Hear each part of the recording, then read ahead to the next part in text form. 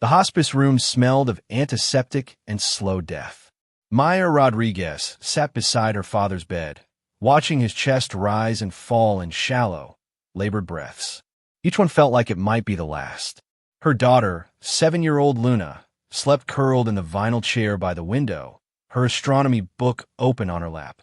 The same book she'd been reading to her grandfather every night for the past 3 weeks, describing constellations he could no longer see. Maya's phone showed 3:47 a.m.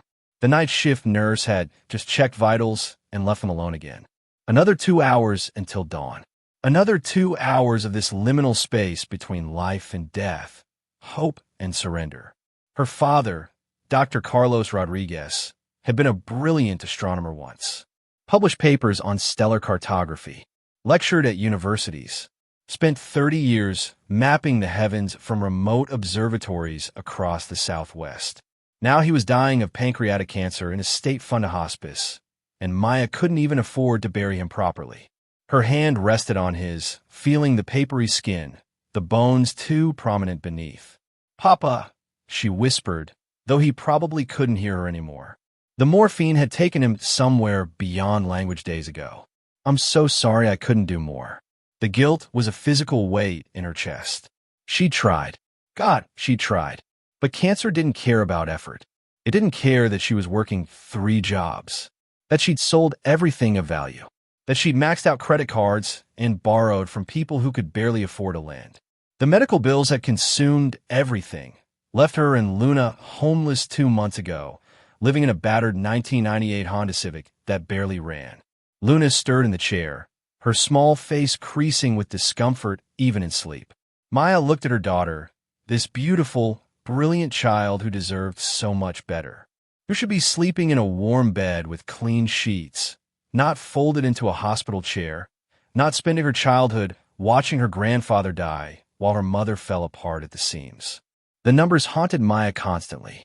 $287 in her checking account, $63,000 in medical debt, $1,200 owed to the funeral home for the cheapest cremation package. She had no apartment, no savings, no plan for what happened after.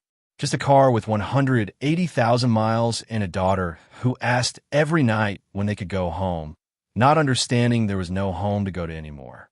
Her father's breathing changed, became more irregular. Maya tensed, waiting, but then it steadied again, and she exhaled shakily.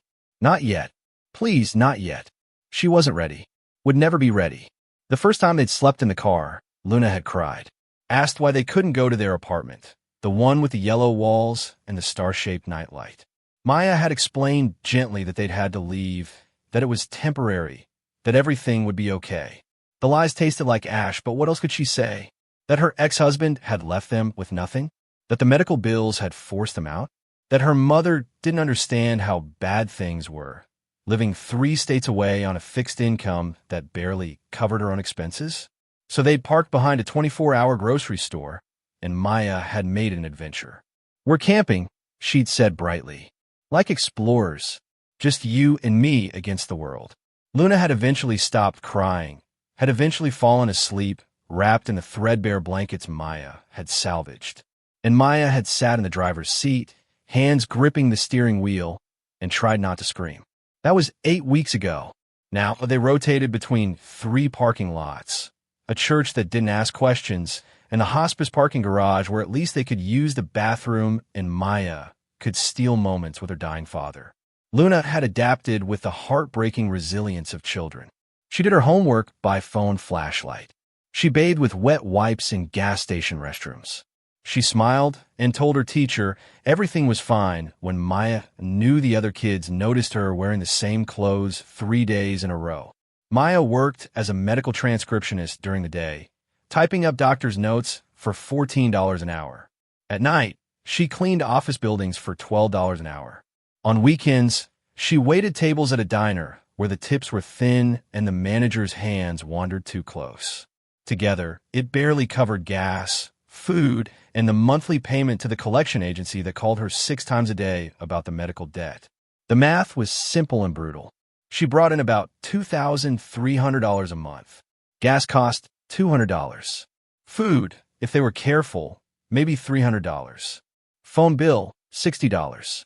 Car insurance, $140. That left $1,600 for everything else, except the collection agency wanted $400 minimum monthly. The funeral home needed payment. Luna needed new shoes because her toes were pressing against the ends of her current ones. The equation had no solution. Every month, Maya fell further behind. Every month, the weight got heavier. A monitor beeped softly. Her father's eyes opened slightly, unfocused, seeing something beyond this room. "Mija," he whispered, his voice barely audible. Maya leaned close. "I'm here, Papa. I'm right here." The observatory, his words slurred with morphine and weakness. "You remember, where we watched the Perseids?" "I remember." She did. She'd been 12, and he'd taken her to some remote facility in New Mexico for a meteor shower. They'd stayed up all night, and he'd taught her the names of stars. She couldn't see from the city. It had been magical. Back when her parents were still married, back when her father's passion for the stars hadn't consumed everything else in his life. "It's yours now." He struggled to breathe. "I left it for you and Luna." Maya's throat tightened. "Don't talk about that. Save your strength." But his grip on her hand strengthened slightly, urgent. "Listen, the desert, the dome. It's all I have left to give you. I'm sorry it's not more. Sorry I couldn't be the father you needed." "You were," Maya lied gently. "You are." His eyes closed again, and within moments, he'd slipped back into unconsciousness. Maya sat back, wiping tears she couldn't afford to shed. Some observatory, probably abandoned and worthless, was the last thing her father could give them. She felt a surge of bitter anger. Not at him, but at the universe that took brilliant men and reduced them to this, to regrets whispered from deathbeds. The nurse returned at 6 a.m. Luna woke, groggy and disoriented. Maya bought them breakfast from the vending machine, $3 for stale muffins and weak coffee that Luna drank even though she hated coffee, because it was warm and she was always cold now. At 7:30, Maya's phone buzzed. The day shift transcription work was starting. She logged in her laptop, stealing the hospice Wi-Fi, and began typing medical reports while her father died 3 feet away and her daughter colored quietly in the corner. This was her life now. This was survival. 3 days later, Dr. Carlos Rodriguez died at 4:23 in the afternoon. Maya was in the room, had been there all night, refusing to leave. Luna was at school, spared this final moment. The doctor pronounced him dead with clinical efficiency. The nurse was kind, gave Maya time alone with the body, told her there was no rush. Maya sat beside her father's still form and felt nothing. Just a vast, hollow emptiness where emotion should be. She'd cried so much in the past months that the well had run dry. Now there was just exhaustion and the practical terror of what came next. The funeral home needed payment. She had $287. That evening, back in the car with Luna, Maya finally broke. She'd held it together all day, through phone calls with the funeral home, through picking Luna up from school, through explaining gently that Abuelo was gone, had gone to be with the stars. But now, with Luna asleep in the back seat and darkness pressing against the windows, Maya put her head on the steering wheel and sobbed. She was 32 years old, homeless, in debt, and had just lost the last family member who'd mattered. Her mother had called with perfunctory condolences, but no offer of help. Her ex-husband hadn't bothered to respond to her text. She was alone, completely alone, with a 7-year-old depending on her and no idea how to keep going. The envelope arrived 2 days later, forwarded to her through her old apartment complex manager who'd taken pity on her and held her mail. It was thick, official, from a law office in New Mexico. Maya opened it in the grocery store parking lot, Luna beside her eating a granola bar for dinner. "Dear Miss Rodriguez, we are writing to inform you that you have been named the sole beneficiary in the estate of Dr. Carlos Rodriguez, deceased as of November 7th. As the executor of Dr. Rodriguez's will, I am required to notify you of your inheritance, which consists of real property located outside Silver City, New Mexico. The property includes an astronomical observatory facility, specifically a collapsed telescope dome on 22 acres of desert land. Property taxes are current through the end of this year. The estate must be settled within 90 days, or the property will be auctioned for back taxes. Please contact our office at your earliest convenience to discuss transfer of deed and associated paperwork. Maya read it 3 times. An observatory, a collapsed dome, in the middle of the New Mexico desert. She logged on her phone's browser and searched for property values in Silver City. Remote desert land sold for almost nothing. Maybe a few $1,000s if she was lucky. Maybe enough to bury her father properly. Maybe enough to put a deposit on an apartment. She called the number listed.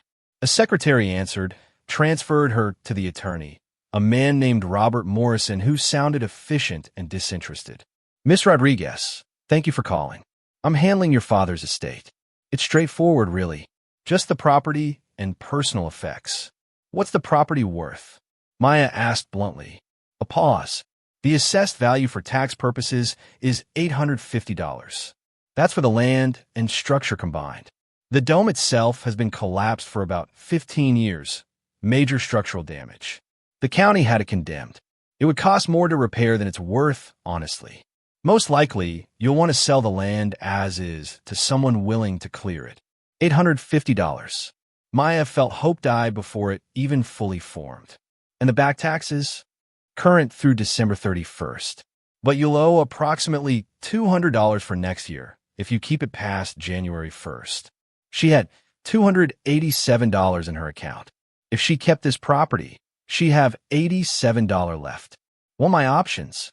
You can accept the inheritance, pay the minimal transfer fees, about $150, and take ownership. Or you can disclaim it, and the county will auction it for the tax debt. Your choice, but I need an answer within 30 days. Maya looked at Luna, who was watching her with those big brown eyes that saw too much. Can I think about it? Of course. Call me when you decide. That night, Maya researched. The observatory her father had worked at decades ago was apparently abandoned in 2008 when funding dried up. The telescope dome had partially collapsed in a windstorm in 2009, and no one had bothered to repair it. The property had sat empty ever since, slowly deteriorating under the harsh desert sun. Online forums for astronomy hobbyists mention it occasionally. The Silver City Observatory, once a minor research facility, now just a rotting relic. Urban explorers had posted photos showing the dome's crushed metal shell, broken glass, graffiti on the few standing walls. One commenter called it a monument to failed dreams and wasted public funding. Maya stared at those photos. This was her inheritance. This was all her father had left her. A broken building in the middle of nowhere, worth less than a used appliance. But it was land. It was something. And maybe, just maybe, it was more than sleeping in a car. She called Robert Morrison back the next morning. I'll take it. He seemed surprised. You're sure? Miss Rodriguez, I have to be honest. This property is essentially worthless. The cost of demolishing the structure alone would exceed any resale value. I'm sure. The paperwork took 2 weeks.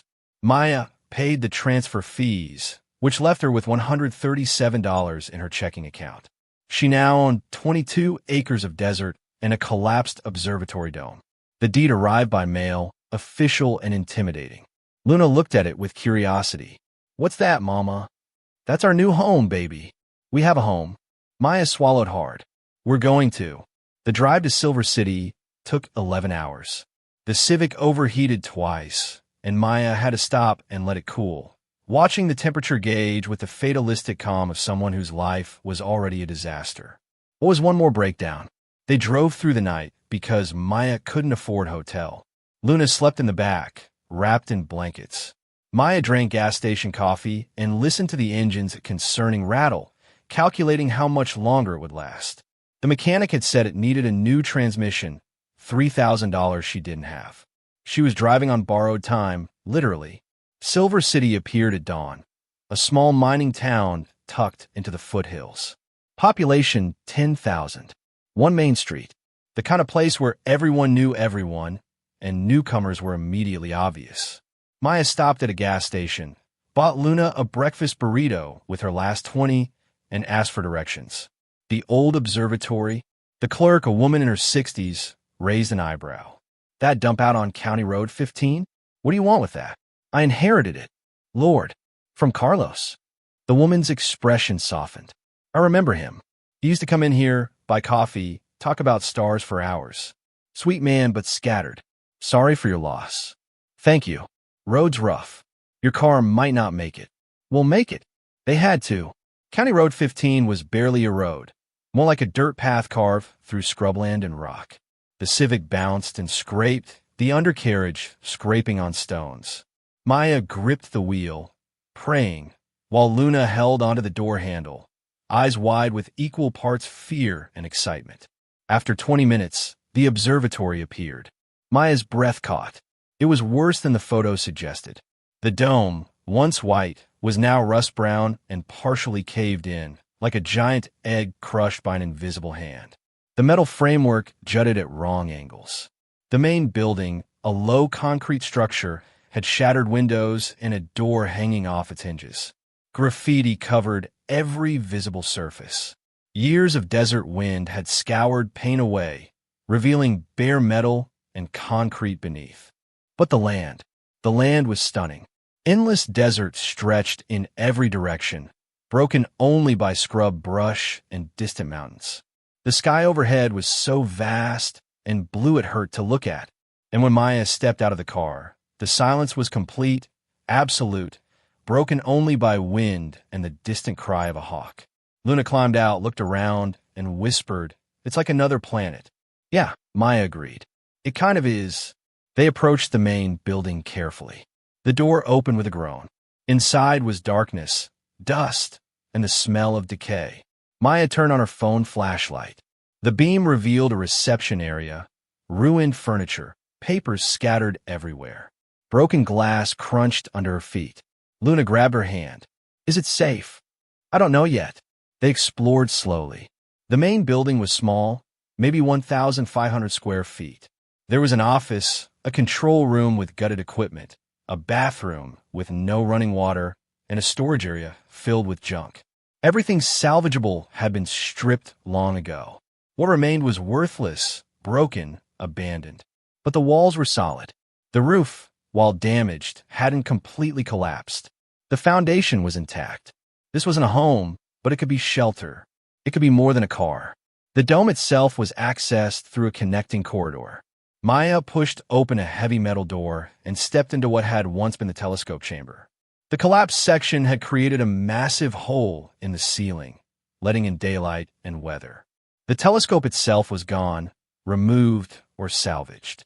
What remained was a circular room about 40 feet across, with equipment racks, control panels, and debris everywhere. Luna wandered to the center, looking up at the broken dome, at the slice of sky visible through the collapsed section. "Abuelo worked here a long time ago. It's sad." "Yeah, it is." They spent the next hour exploring. Maya took notes on her phone, cataloging what needed fixing.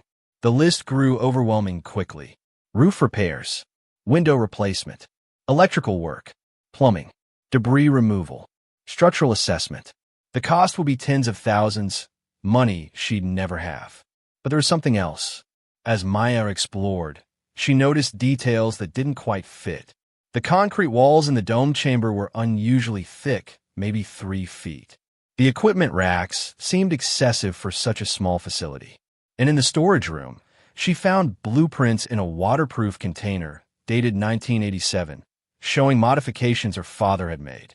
The blueprints showed layers, underground sections, spaces that shouldn't exist in a small observatory. Maya frowned, comparing them to the physical structure. According to these plans, there should be another level below the dome chamber, accessed through a hidden panel. She returned to the dome, studying the walls more carefully. Luna was outside, collecting interesting rocks. Maya ran her hands along the concrete, looking for seams, for anything unusual. Nothing, just solid wall. Maybe the blueprints were wrong. Maybe her father had planned expansions that were never built. But something nagged at her, some instinct that said look closer. She was about to give up when her foot struck something that sounded wrong. Not the hollow thud of concrete, but a duller tone, like metal beneath a thin covering. Maya knelt, brushing away dust and debris. There, almost invisible, was a seam, a rectangular outline, maybe 3 feet by 2 feet, cut into the floor. Her heart started beating faster. She cleared more debris, found the edges, traced them with her fingers. This wasn't original construction. This had been added later, deliberately concealed. Maya tried to pry it open with her hands. No luck. She searched the building for tools, found a rusted crowbar in the storage room. Back in the dome, she wedged it into the seam and pulled. The panel resisted, then suddenly gave way with a metallic screech. Beneath was darkness, a square shaft descending about 10 feet with a ladder welded to the side, and at the bottom, barely visible, a door. Maya's hands were shaking. This wasn't on any blueprint. This wasn't part of any observatory she'd ever heard of. This was something her father had hidden, something he'd kept secret for decades. She called down to Luna. "Baby, stay in the main building for a bit, okay? Don't come into the dome." "Why? Just stay there. I need to check something."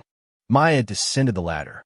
Each rung felt solid, well-maintained despite the facility's decay. Someone had cared for this access point, kept it functional.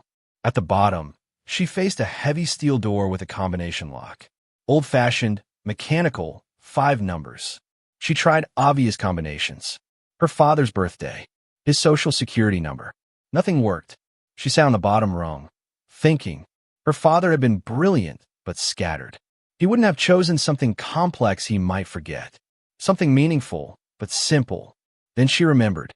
The night they'd watched the Perseids, he'd written something in her astronomy book. Not a message, just numbers. She'd never understood what they meant. But she still had that book, had kept it all these years, now packed in the car. Maya climbed back up, retrieved the book from the Civic's trunk. Luna asked what she was doing, and Maya just said, trying to figure out Abuelo's puzzle. She flipped through pages, found the inscription on the inside cover. 5 numbers in her father's handwriting. 08-17-23-45-09. She descended again, tried the combination. The lock clicked open. Maya pulled the door open and stepped into absolute darkness. Her phone light revealed a space that shouldn't exist, a chamber carved from bedrock, walls lined with metal shelving. And on those shelves, dozens of sealed aluminum cases, each one labeled with dates and coordinates. Maya opened the nearest case with trembling hands. Inside, nestled in foam padding, was a star chart. But not any chart she recognized. This was hand-drawn, incredibly detailed, showing stellar positions and notations in her father's handwriting. And beside it, a folder containing documents, photographs, and what looked like official correspondence. She opened the folder. The letterhead made her blood run cold. NASA, Department of Defense. Classified stamps on nearly every page. Maya's mind raced.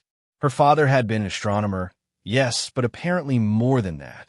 Had he been involved in something secret? Something important enough to hide evidence in an underground chamber? She opened more cases, more charts, more documents. And then, in a case at the back, something different. Velvet bags, the kind used for jewelry. Maya opened one, and her phone light reflected off gold. Not costume jewelry. Real gold coins, heavy and old. She opened another bag. More coins. And another. Her hands wouldn't stop shaking. There were maybe 40 cases in this chamber. If even a fraction of them contained gold, or documents valuable enough to classify, or information someone might pay for, then her father hadn't left her a broken observatory. He'd left her something infinitely more valuable, and infinitely more dangerous.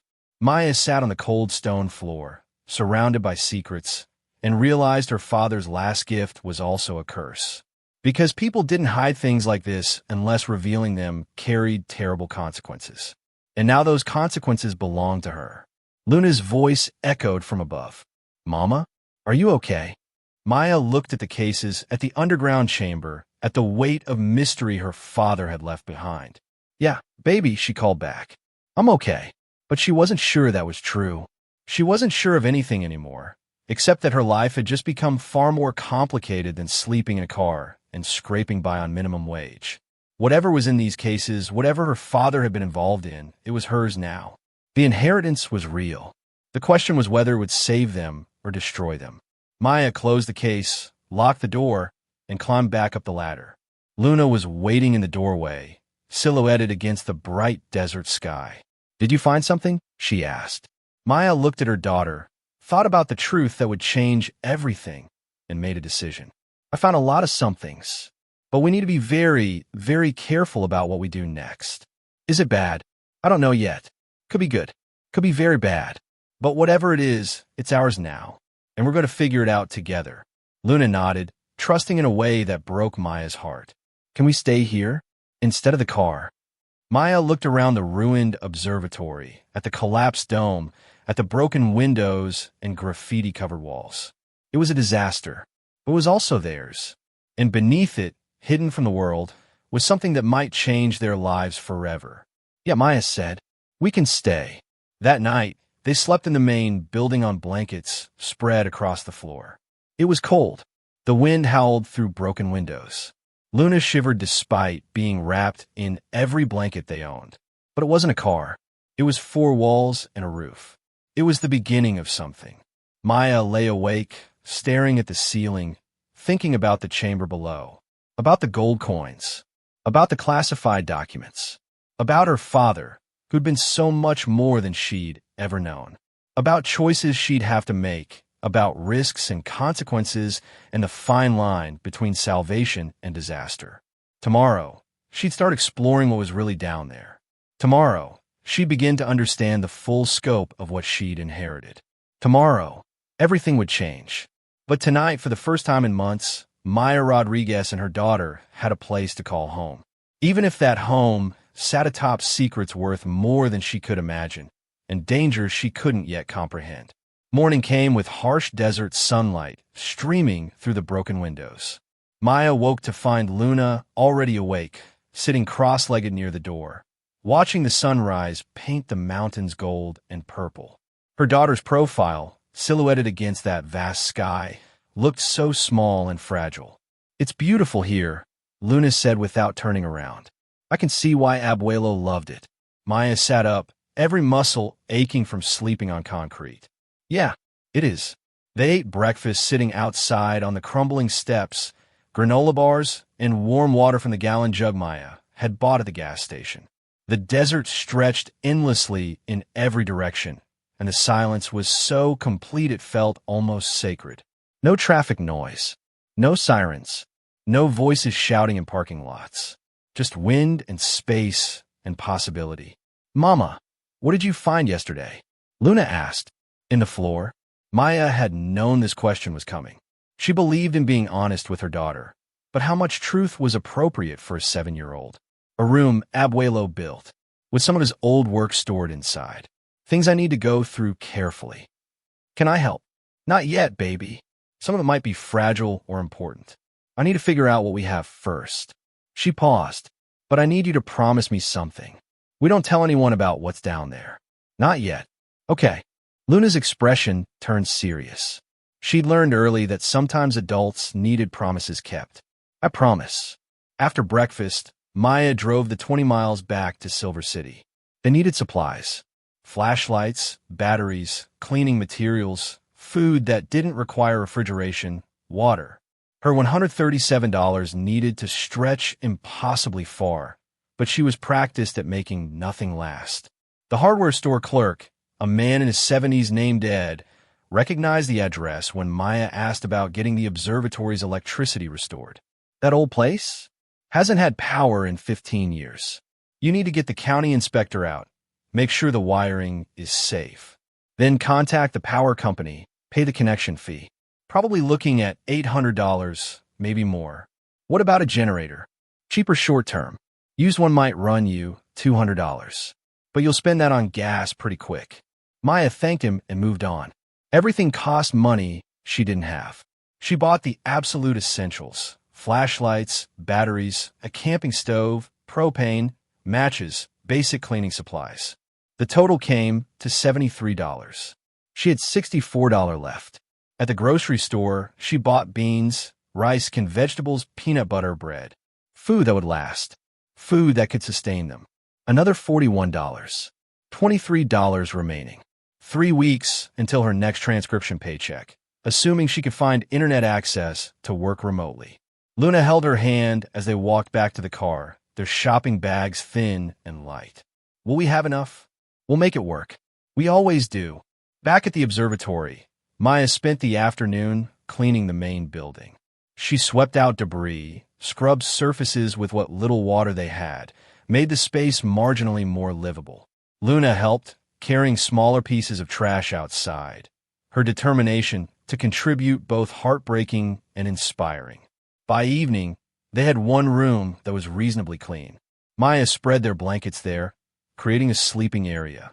The bathroom still had no water, which meant trips into the desert for privacy, but at least they had shelter. At least they had walls. After Luna fell asleep, exhausted from the day's work, Maya descended into the hidden chamber again. She brought multiple flashlights this time, positioning them to illuminate the space. The aluminum cases gleamed in the artificial light, promising and threatening in equal measure. She started systematically. Case 1. Star charts and correspondence dated 1982. Her father had been documenting unusual stellar movements, something about orbital anomalies that shouldn't exist according to established physics. The letters were from NASA scientists, some excited, some dismissive. Nothing obviously valuable. Case 2. More charts, more correspondence, now dated 1985. The tone of the letters had changed. Less academic debate, more official concern. References to classified implications and need-to-know basis. Her father had been onto something, and someone had noticed. Case 3. This was where things got strange. Photographs of the night sky, but annotated with coordinates and calculations Maya didn't understand. And tucked between them, a memo stamped top secret from someone at the Department of Defense, requesting Dr. Rodriguez's assistance on an unnamed project. Maya's hands shook as she photographed each document with her phone. If these were real, if her father had been involved in classified government work, then possessing these files might be illegal. But they were his files, in his observatory, left to her, that had to count for something. Case 4. The gold coins. Maya counted them carefully. 42 American Eagles, each 1 ounce of pure gold. She checked the price of gold on her phone, $2,010 per ounce. These coins alone were worth $84,420. Her brain couldn't process that number. It felt fictional, but she kept opening cases. Case 5. More gold coins, 53 of them. Case 6. Silver bars, 20 of them, each marked 1 troy, ounce .999 fine silver. Case 7. More charts, but these are different. Not stellar positions, but maps. Treasure maps, almost, showing precise GPS coordinates and cryptic notations like cache point alpha and verification site 3. Maya sat back, overwhelmed. Her father hadn't just been an astronomer. He'd been part of something much larger, something that involved hidden resources and classified information and a level of secrecy that suggested serious consequences for disclosure. Case 8. Documents that made her blood run cold. A contract between Dr. Carlos Rodriguez and the U.S. government, dated 1983, outlining his role in something called Project Celestial Archive. She read through it twice, trying to understand the legal language. Her father had been paid to create a repository. A hidden repository of assets and information designed to survive catastrophic governmental collapse or extraterrestrial contact scenario. Extraterrestrial contact. Maya almost laughed. It sounded insane. But the document was real, signed by officials whose names she recognized from history books. This wasn't a joke. This was Cold War paranoia codified into actual policy. She kept reading. The contract specified that Dr. Rodriguez would create secure storage, receive physical assets for safeguarding, maintain absolute secrecy, and transfer responsibility to his heirs upon death. The assets would remain classified indefinitely, with retrieval protocols known only to select individuals. Maya felt sick. This wasn't an inheritance. This was a trap. Her father had been storing government assets in secret for 40 years. And now that responsibility belonged to her. If she reported it, she'd lose everything. If she kept it secret and got caught, she'd go to prison. If she tried to liquidate any of it, someone would notice and investigate. She opened more cases, compiling an inventory. By midnight, she had counted 247 gold coins, 86 silver bars, 14 platinum coins, numerous folders of classified documents, dozens of star charts with classified notations, and 3 cases she hadn't opened yet because they were locked with different combinations. The conservative estimate of just the precious metals, over $680,000. But that didn't account for the potentially priceless documents or whatever was in those locked cases. Maya climbed back up to the main building, locked the hatch behind her, and sat beside her sleeping daughter. $700,000 hidden beneath their feet. 700,000 reasons to hope, and 700,000 ways this could go catastrophically wrong. She opened her father's astronomy book again, the one with the combination written inside. Were there other combinations hidden in these pages? Other secrets he'd left for her to discover? She studied every inscription, every notation. Nothing obvious jumped out. But there, on page 157, in the margin beside a diagram of the Andromeda Galaxy, her father had written coordinates: 32.7767 degrees north, 108.2147 degrees west. Maya plugged them into her phone. They pointed to a location about 5 miles north of the observatory. She saved the coordinates. Tomorrow, she'd investigate. Sleep came fitfully. Maya dreamed of gold coins raining from the sky, of men in dark suits demanding answers she didn't have, of Luna asking why Mama was being taken away in handcuffs. She woke gasping at 4 a.m., drenched in sweat despite the cold. The next morning, Maya explained to Luna that she needed to check something in the desert, and it was too dangerous to bring her along. Luna protested, but Maya was firm. She left her daughter in the main building with strict instructions to stay inside, locked the doors, and drove the Civic down the dirt road, following the GPS coordinates. 5 miles north, the landscape was identical to everywhere else. Desert, scrub brush, rocks. Maya parked and walked, watching her phone's GPS. The coordinates led her to what looked like a random patch of ground, indistinguishable from everything around it. But when she knelt and brushed away loose dirt, she found concrete. A buried concrete pad, maybe 4 feet square. And in the center, almost invisible, a recessed metal ring. Maya pulled, and a hatch opened, revealing another shaft descending into darkness. Her father had built multiple caches, multiple hiding spots across the property. How many more were there? This shaft was shallower, only about 6 feet deep. At the bottom was a simple wooden crate, sealed with wax. Maya hauled it up with difficulty, the weight suggesting valuable contents. She carried it back to the car, drove to the observatory, and brought it inside before opening it. The crate contained more documents, but these were different. Financial records, numbered account information for banks in Switzerland, Cayman Islands, Singapore. Access codes, handwritten instructions in her father's writing. Emergency funds. Use only if necessary. Traceable. Dangerous. Maya photographed everything before she understood what she was looking at. Then the implications hit her. Her father hadn't just stored physical assets. He'd been managing money, serious money, in offshore accounts. And he'd left her the access codes. She used the library computer in Silver City to research discrete banking. What she learned was both hopeful and terrifying. Numbered accounts could indeed hold substantial sums, but accessing them required proper identification, death certificates, proof of inheritance. And foreign banks reported large transactions to U.S. authorities. If she tried to withdraw significant amounts, it would trigger investigations. But small amounts, withdrawn carefully over time, might escape notice. Maybe. Maya spent that entire day researching, using the library's internet while Luna did homework beside her. She learned about precious metals liquidation, about auction houses for rare documents, about the gray market for classified materials. Every option carried risk. Every path led to potential disaster. That evening, back at the observatory, Maya made a decision.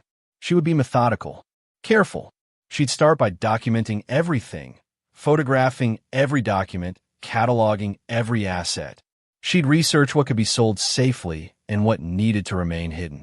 She'd move slowly, take no unnecessary risks, and protect Luna above all else. The next week settled into a routine. Mornings, Maya cleaned and improved the observatory.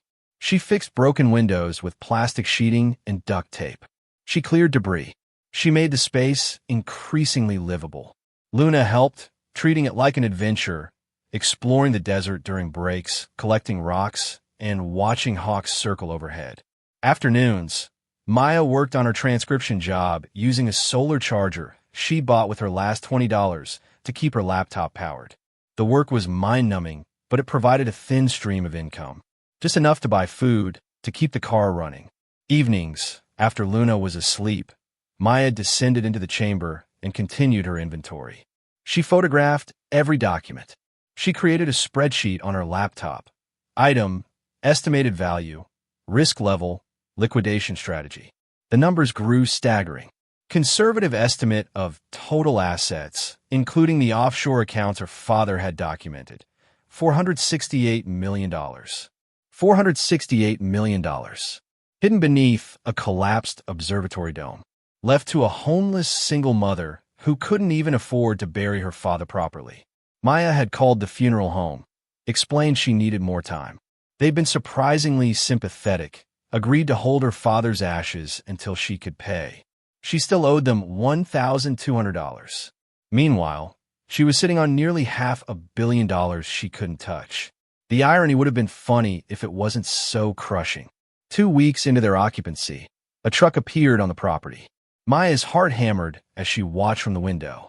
A man climbed out, late 60s, wearing work clothes and a baseball cap. He knocked on the door. Maya answered cautiously, Luna behind her. "Can I help you?" "Name's Victor Chun. I worked with your father back in the 80s. Heard through the grapevine you'd inherited the place. Wanted to pay my respects." Something in his tone set off alarm bells. This wasn't casual. "How did you know we were here?" "Small town. Word travels." He looked past her into the building. "Place is in rough shape. You planning to fix it up?" "Maybe. We're still figuring things out." Victor nodded slowly. His eyes were sharp, assessing. "Your father was a brilliant man. Did he leave you anything besides the property?" "Papers, maybe. Research notes." There it was. The real reason for his visit. Maya kept her expression neutral. "Just some old star charts. Nothing valuable. Mind if I take a look?" "For sentimental reasons. Carlos and I worked on some projects together. I'd like to see his work again. Maybe another time. We're still settling in." Victor's smile didn't reach his eyes. "Of course. But Miss Rodriguez, if you do find anything unusual among your father's things, anything you don't understand, I'd be happy to help." "Explain." "Your father was involved in some specialized work. Not everything he left behind should be shared publicly. Some things are better left private. For your safety." The threat was subtle but unmistakable. Maya met his gaze steadily. "I'll keep that in mind." After he left, Maya's hand shook. Someone knew. Someone was looking for what her father had hidden, and that someone had just made it clear that discovery carried consequences.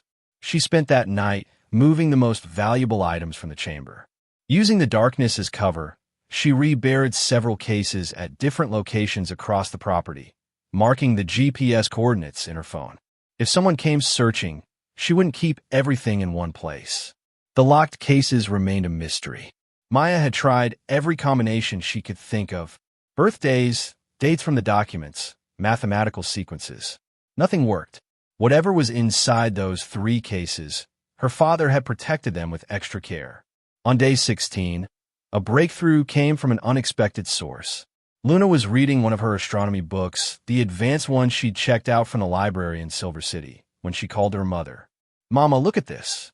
The book showed a diagram of Messier objects, deep sky, astronomical phenomena. Luna pointed to Messier 31, the Andromeda Galaxy. "This is the picture from Abuelo's book, the one with the numbers." Maya looked. Then she understood. The numbers weren't coordinates. They were astronomical designations.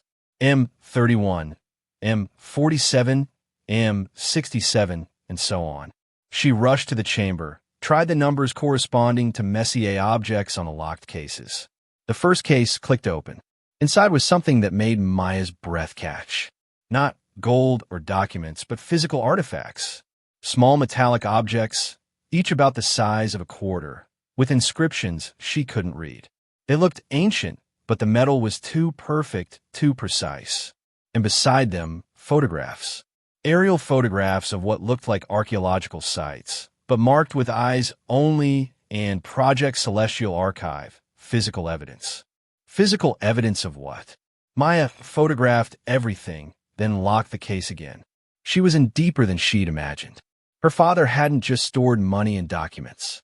He'd been safeguarding something related to classified archaeological discoveries, possibly something extraterrestrial. The second locked case opened to more astronomical combinations. Inside were more documents, but these were technical papers. Physics, advanced mathematics, theories about faster-than-light travel and dimensional folding. The authors included names Maya recognized, famous scientists from the 60s and 70s, and stamped across every page, above top secret. The third case was the largest. When Maya finally got it open, she found what looked like a logbook, a comprehensive record of Project Celestial Archive spanning 40 years. Her father had documented everything. Every asset received, every cache location, every contact within the government who knew about the project. But most importantly, he documented the project's cancellation. In 1991, after the Cold War ended, someone in the government had ordered the program shut down. All participants were instructed to destroy their caches, return all materials, sign non-disclosure agreements. But her father hadn't complied. He'd kept everything, hidden everything, and apparently never told anyone. According to his notes, he'd been afraid. Afraid that returning the materials would lead to his permanent removal from the equation. He believed that keeping the cache hidden was his only life insurance. If the government thought the materials were destroyed, they'd leave him alone. And for 30 years, it had worked. Now Maya understood why Victor had visited. The government, or someone connected to the old program, knew her father had died. They were checking to see if the cache still existed, if his heir knew anything. And Maya had just lied to a potentially dangerous man. She needed help. She needed advice. But who could she trust with a secret this massive? The answer came unexpectedly. 3 weeks into their occupancy, Maya was in town buying supplies when she overheard a conversation at the diner. Two men discussing a recent case where a local resident had discovered old military equipment on his property. The attorney, Rita Vasquez, got him a settlement instead of prosecution, one said. Apparently she's good at handling situations where people find things they shouldn't have. Maya asked the waitress about Rita Vasquez. Best lawyer in Silver City. Handles weird cases, knows how to navigate federal law. Her office is above the post office. The next day, Maya drove into town alone, leaving Luna with a trusted neighbor she'd met, an elderly woman named Mrs. Sanchez who'd offered to watch her for a few hours. Maya climbed the stairs to a small office with a frosted glass door bearing the name, Rita Vasquez, attorney at law. The woman who answered was in her 50s, sharp-eyed, with silver-streaked hair, pulled back in a practical bun. How can I help you? Maya took a breath. I inherited property from my father, and I found things I don't understand. Things that might be illegal for me to possess. I need to know my options. Rita's expression didn't change. Sit down. Tell me everything. And understand that attorney-client privilege means whatever you say stays between us. For the next 2 hours, Maya explained. Not everything, but enough. The observatory, the hidden chamber, the gold and silver, the classified documents. She didn't mention the offshore accounts or the most sensitive materials. Just enough to get legal guidance. Rita listened without interruption, taking occasional notes. When Maya finished, the attorney sat back and was quiet for a long moment. This is extraordinarily complicated and potentially very dangerous. I know. The materials you described, if they're legitimately classified, are technically still government property. Possession could be prosecuted under the Espionage Act. But there are also laws protecting heirs who innocently inherit items without knowledge of their classification. I didn't know. Not until I opened the cases. That's your strongest defense. Innocent inheritance. The question is whether you report it or keep it hidden. Rita leaned forward. Here's what I can tell you. If you report it, the government will seize everything. You'll get nothing. Might even face charges for the time between discovery and reporting.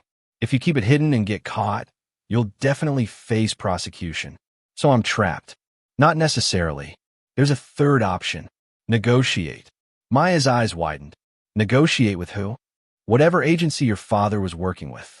They want those materials back, probably desperately. But they don't want publicity. They don't want a trial that would expose their illegal program. That gives you leverage. I'm a single mother living in a collapsed observatory. What leverage do I have? Rita smiled slightly. You have materials, and the knowledge that public exposure would be catastrophic for them. That's significant leverage. But you need representation, someone who can negotiate on your behalf without you being directly involved. How much would that cost? For a case like this, my standard fee would be $500 an hour, probably $100,000 total before we're done. But I'd work on contingency. 15% of whatever settlement we get. If we get nothing, you pay nothing. Maya's head spun. 15% of millions. But it meant professional help, protection, a path forward that didn't end in prison. What's the first step? I need complete documentation. Every photograph you've taken, every item cataloged. Then I quietly reach out through back channels. Let them know we're willing to discuss return of materials in exchange for appropriate compensation. We don't threaten. We don't demand. We simply make it clear that cooperation is preferable to alternatives. Maya nodded slowly. How long? Could be months. Could be a year.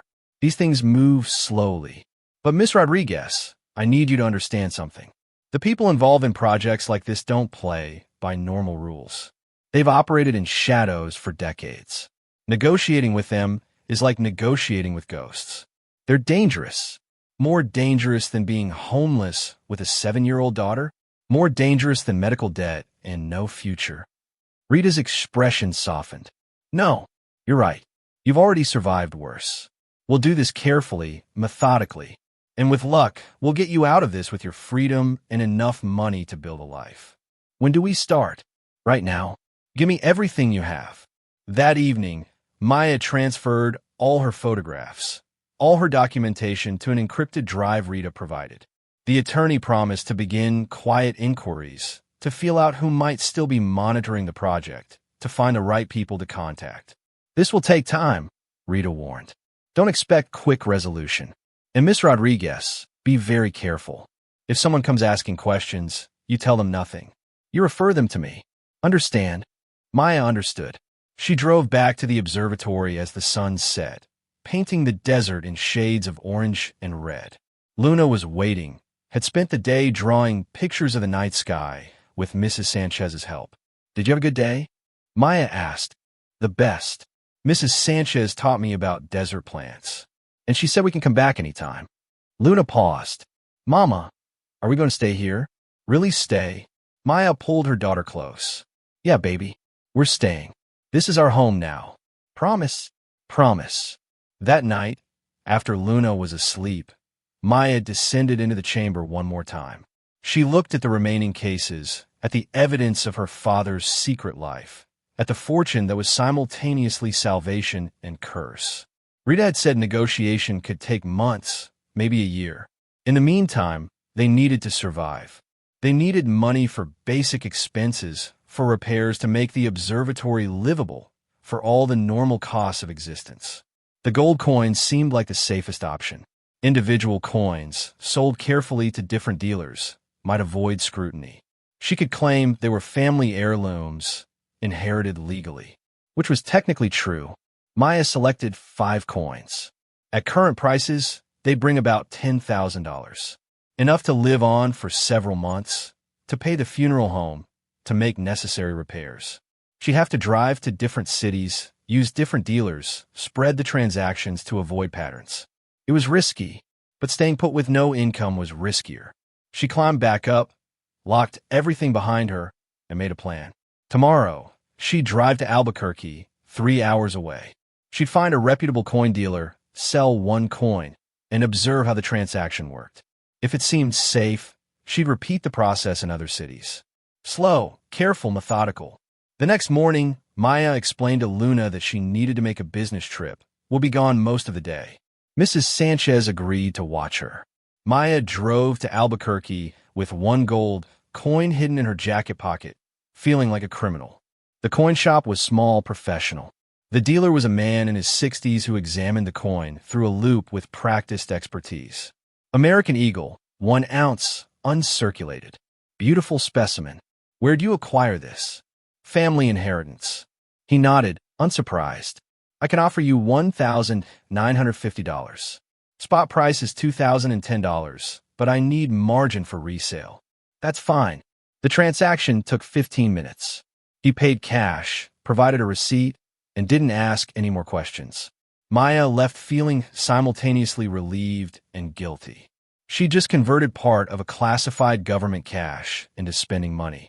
She crossed a line. There was no going back now. Over the next 2 weeks, Maya made 4 more trips to different cities. Phoenix, Tucson, El Paso, Las Cruces. Each time, she sold a single coin to a different dealer. Each time, the transaction went smoothly. She had $9,800 in cash, the most money she'd ever possessed in her life. The first thing she did was pay the funeral home. Her father's ashes were released to her in a simple urn. She and Luna drove to the observatory's highest point and scattered them at sunset, watching the dust catch the light and drift away on the wind. "Goodbye, abuelo," Luna whispered. "Thank you for the stars," Maya added silently, "and thank you for the chance." With the remaining money, Maya began improving the observatory. She hired a local handyman to assess the electrical system. The estimate was sobering: $6,000 to bring everything up to code and reconnect to the grid. But the handyman, a young man named Jake, offered a cheaper alternative. Solar panels. I could set up a basic system for about $3,000. Won't power everything, but enough for lights, charging devices, maybe a small refrigerator. Maya agreed. Within a week, they had electricity. Real, reliable electricity. Luna cried the first time she flipped a light switch and a bulb actually illuminated. Such a small thing, something most people took for granted, and it meant the world. With power came other improvements. Maya bought a used refrigerator for $100. A portable heater for the cold desert nights. She fixed the plumbing in the bathroom enough to have running water, even if it was cold. She repaired windows, patched the roof, transformed the main building from ruin to livable space. The collapsed dome remained untouched. Too expensive, too complex. But it didn't matter. They had shelter. They had power. They had a home. 6 weeks after first arriving, Maya received a call from Rita Vasquez. "I've made contact." Discreetly. "There's interest in discussing terms." Maya's heart hammered. "What kind of terms?" "They want confirmation that materials still exist. And they want assurances of your discretion. In exchange, they're willing to discuss compensation." "How much?" "We're in preliminary stages." "But Miss Rodriguez, I need to prepare you. They're not going to let you keep $468 million. That's not realistic. But we might negotiate for a percentage. 10% would be life-changing for you. That's our goal." 10% of $468 million was $46.8 million. Still an impossible number. Still more than Maya could process. "What I need to do?" "Nothing yet. Let me handle the negotiations. But be prepared. At some point, they'll want to verify the cash, inventory everything, arrange transfer. That means people coming to your property. Official people. It's going to be stressful. When? Could be weeks. Could be months. These things move at bureaucratic speed. Just continue living your life. Make no major changes. Stay below the radar." Maya agreed. She hung up and stood in the observatory's main room, now clean and functional, and felt the weight of waiting settle over her. The money was real. The negotiation was happening. But nothing was certain. Everything could still fall apart. That night, Maya taught Luna about constellations from the same book her father had taught her with decades ago. They lay on blankets outside, staring up at the vast desert sky, and Luna pointed out Cassiopeia, Orion, the Pleiades. "Abuelo knew all these stars," Luna said. "He loved them more than anything." "He loved you more," Maya replied. "That's why he left us this place. So we'd have somewhere safe. Somewhere beautiful." "Do you think he knew?" "About what was hidden?" Maya considered lying, then decided on truth. "Yeah, I think he knew. And I think he meant for us to find it. It was his way of taking care of us, even after he was gone. That's a good grandpa. Yeah, that's a very good grandpa. They lay there in silence, watching stars wheel slowly overhead, ancient light traveling millions of years to reach their eyes. Maya thought about her father, alone in this observatory for so many years, keeping secrets, mapping the heavens, preparing a legacy he'd never fully explain. She thought about the fortune hidden beneath them, about negotiations happening in shadows, about the delicate balance between salvation and destruction. She thought about Luna, who deserved stability and safety and a childhood that wasn't defined by struggle. And she thought about herself, about the woman she'd been 6 weeks ago, sleeping in a car, broken and desperate. That woman wouldn't recognize who she was becoming. Stronger, more determined, willing to take calculated risks, to navigate moral gray areas, to fight for her daughter's future with whatever weapon she possessed. The stars held no answers, but they offered something else: perspective. Her problems were microscopic against that cosmic backdrop. Whatever happened with the cash, with the negotiation, with the government, life would continue. The stars would keep shining. The desert would keep breathing its ancient silence. All she had to do was survive long enough to see it through. Luna fell asleep under the stars, and Maya carried her inside, tucked her into the nest of blankets they'd made in what was now their bedroom. She kissed her daughter's forehead and whispered, "We're going to be okay. I promise." And for the first time since her father's death, since the car and the bills and the desperate spiral of poverty, Maya actually believed it. They were going to be okay. The inheritance was real.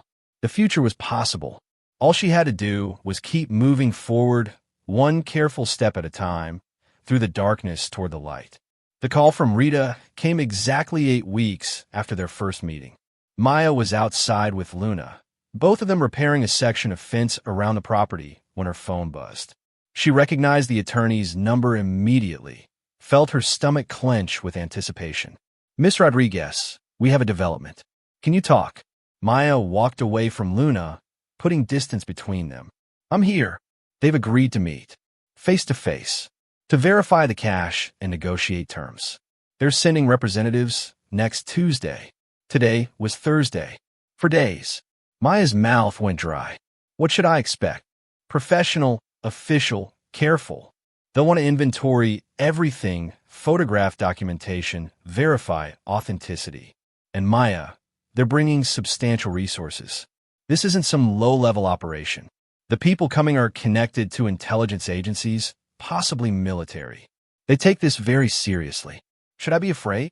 Rita paused. "You should be cautious. I'll be there with you. We've negotiated preliminary terms.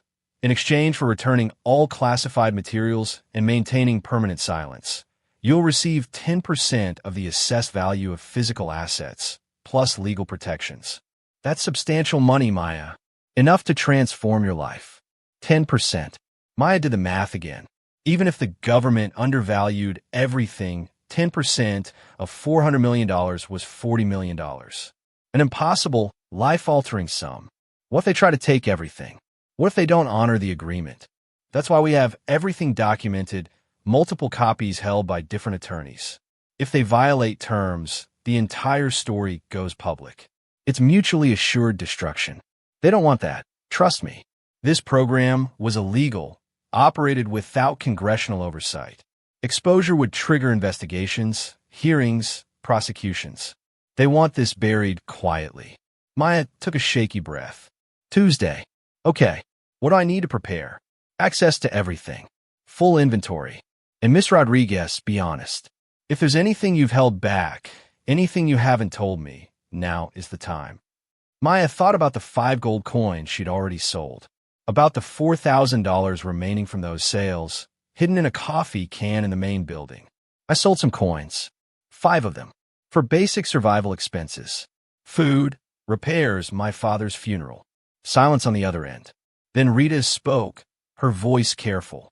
How much did you get? Just under $10,000 total. That's actually helpful. Shows you were desperate, acting out of necessity, not greed. We can work with that. It might even support our negotiating position. Anything else? No.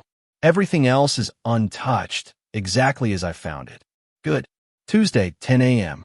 I'll meet you at the observatory an hour early to prepare. And Maya, this is going to work out. Trust me. After hanging up, Maya stood in the desert silence, watching Luna examine something she'd found in the sand. Her daughter, oblivious to the magnitude of what was about to happen, was simply living in the moment, learning to be a child again after so many months of hardship. That evening, Maya cleaned the main building obsessively. She organized documentation, double-checked her inventory spreadsheets, rehearsed what she'd say. Sleep came in fragments, broken by anxiety, dreams of men in suits taking Luna away, of handcuffs and prison cells, of losing everything just when salvation seemed possible. Saturday morning brought unexpected visitors. Maya heard vehicles approaching, multiple engines, and her heart hammered with premature panic. But when she looked outside, she saw Victor Chen climbing out of a pickup truck, accompanied by two other men she didn't recognize. She met them at the door, blocking entry. "Mr. Chun, what can I do for you? Heard you're having visitors next week." "Official visitors. Thought I'd check in, see if you need any advice before they arrive." The implied threat was clear. He knew. Somehow, he knew about the meeting. "I don't know what you're talking about." Victor's smile was cold. "Miss Rodriguez, your father and I were close. Closer than you know. I helped him build some of those hidden chambers. And I helped him hide certain materials the government would very much like back. So let me be direct. Whatever deal you're negotiating, I want 30%. Maya's voice came out steadier than she felt. "You want 30% of something you claim helped hide. Interesting business model. I'm offering protection. See, if those officials find out someone else knows about the cash, someone who helped create it, they might decide you're not a safe bet. Too many loose ends. But if I'm part of the deal, included and compensated, everyone stays quiet. Everyone wins." One of the men behind Victor cracked his knuckles casually. The threat was unmistakable. Maya pulled out her phone. "I'm calling the sheriff." "Go ahead," Victor said. "Tell them what? That I'm asking about classified materials hidden on your property? That'll end well for you." They stood in tense silence. Then a new vehicle appeared, a sheriff's SUV. Deputy Martinez, a woman Maya had met in town, climbed out and approached. "Everything okay here?" Victor's expression soured. "Just visiting an old friend's daughter. Paying respects." "Funny. Miss Rodriguez doesn't look comfortable. Maybe your respects are paid and it's time to go." After a long moment, Victor nodded. "Tuesday's going to be interesting, Miss Rodriguez. Real interesting." He and his men climbed back into the truck and left, kicking up dust. Deputy Martinez waited until they were gone. "You okay?" "Yeah, thank you. That's Victor Chun. He's trouble. Has been for years. Claims he worked on some government project back in the 80s. Been trying to shake down people ever since. If he comes back, you call immediately. Understand?" Maya nodded, understanding far more than the deputy realized. Victor had worked with her father. He knew about Project Celestial Archive. And now he wanted his cut, was willing to threaten and intimidate to get it. She called Rita immediately. The attorney listened, then said, "This complicates things. But it's actually good he showed his hand early. We'll inform the officials on Tuesday about his threats. Trust me, they'll handle him. People like Victor are exactly the kind of loose ends they eliminate. Eliminate? Legally. Financially. They'll make sure he can't cause problems. Don't worry about him." But Maya did worry. She worried about everything. About the meeting, about Victor, about whether she was making the right choice, about whether any of this was worth the risk. Sunday, she took Luna into Silver City. They had ice cream, browsed the small bookstore, bought Luna a new dress with some of the coin money. Normal activities. Making memories before everything changed. "Mama, you seem worried," Luna said as they drove back. "Just thinking about the future. Is it a good future?" Maya looked at her daughter. "I think so. I hope so. But baby, things are going to change this week. We're going to have visitors at the observatory. Important people. And after they leave, our lives will be different." "Different how?" "We'll have money. Real money. Enough to get you into a good school, to have a real home, to stop worrying about bills and food and whether the car will break down." Luna was quiet, then asked, Will we still live at the observatory? Do you want to? I like it there. It's quiet. I can see the stars. Maya smiled. Then we'll stay. We'll fix it up properly, make it beautiful. But we'll have choices, Luna. That's what's different. We'll have choices. Monday night, Maya barely slept. She lay in the darkness, listening to Luna's steady breathing, thinking about the cash below them, about the fortune that was simultaneously prison and key to freedom.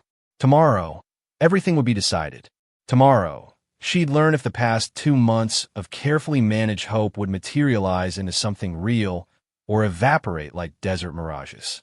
At 9 a.m. Tuesday, Rita Vasquez arrived. She wore a business suit, carried a leather briefcase, and projected calm authority. How are you holding up? Terrified. Good. That means you understand the stakes. Let me do most of the talking. If they ask direct questions, answer honestly, but briefly. Don't volunteer extra information. And Maya, no matter what they offer initially, let me handle negotiation. Understand? Maya nodded. Luna was at Mrs. Sanchez's house, safely away from whatever was about to happen. At exactly 10 a.m., 2 black SUVs pulled onto the property. 6 people emerged. 4 men, 2 women, all wearing suits despite the desert heat. They moved with military precision, organized, alert. The lead man approached, 50s, gray hair, cold eyes. He extended a hand. Miss Rodriguez, I'm Director Richard Kepler, Department of Defense. This is my team. We're here to discuss your father's estate. Rita stepped forward. Rita Vasquez, Miss Rodriguez's attorney. Shall we begin? They conducted the meeting in the main building. Kepler's team was professional, clinical. They asked about how Maya discovered the cash, what she'd found, whether she'd told anyone. Maya answered carefully, honestly, with Rita occasionally interjecting to clarify or redirect. Then came the inventory. Maya led them to the hidden chamber. Kepler descended first, followed by 2 team members carrying equipment. They photographed everything, logged every item with systematic efficiency. The process took 3 hours. When they emerged, Kepler's expression was unreadable. You've been very responsible, Miss Rodriguez. Many people in your situation would have tried to liquidate assets or gone public for attention. You did neither. I just want to do the right thing, Maya said quietly.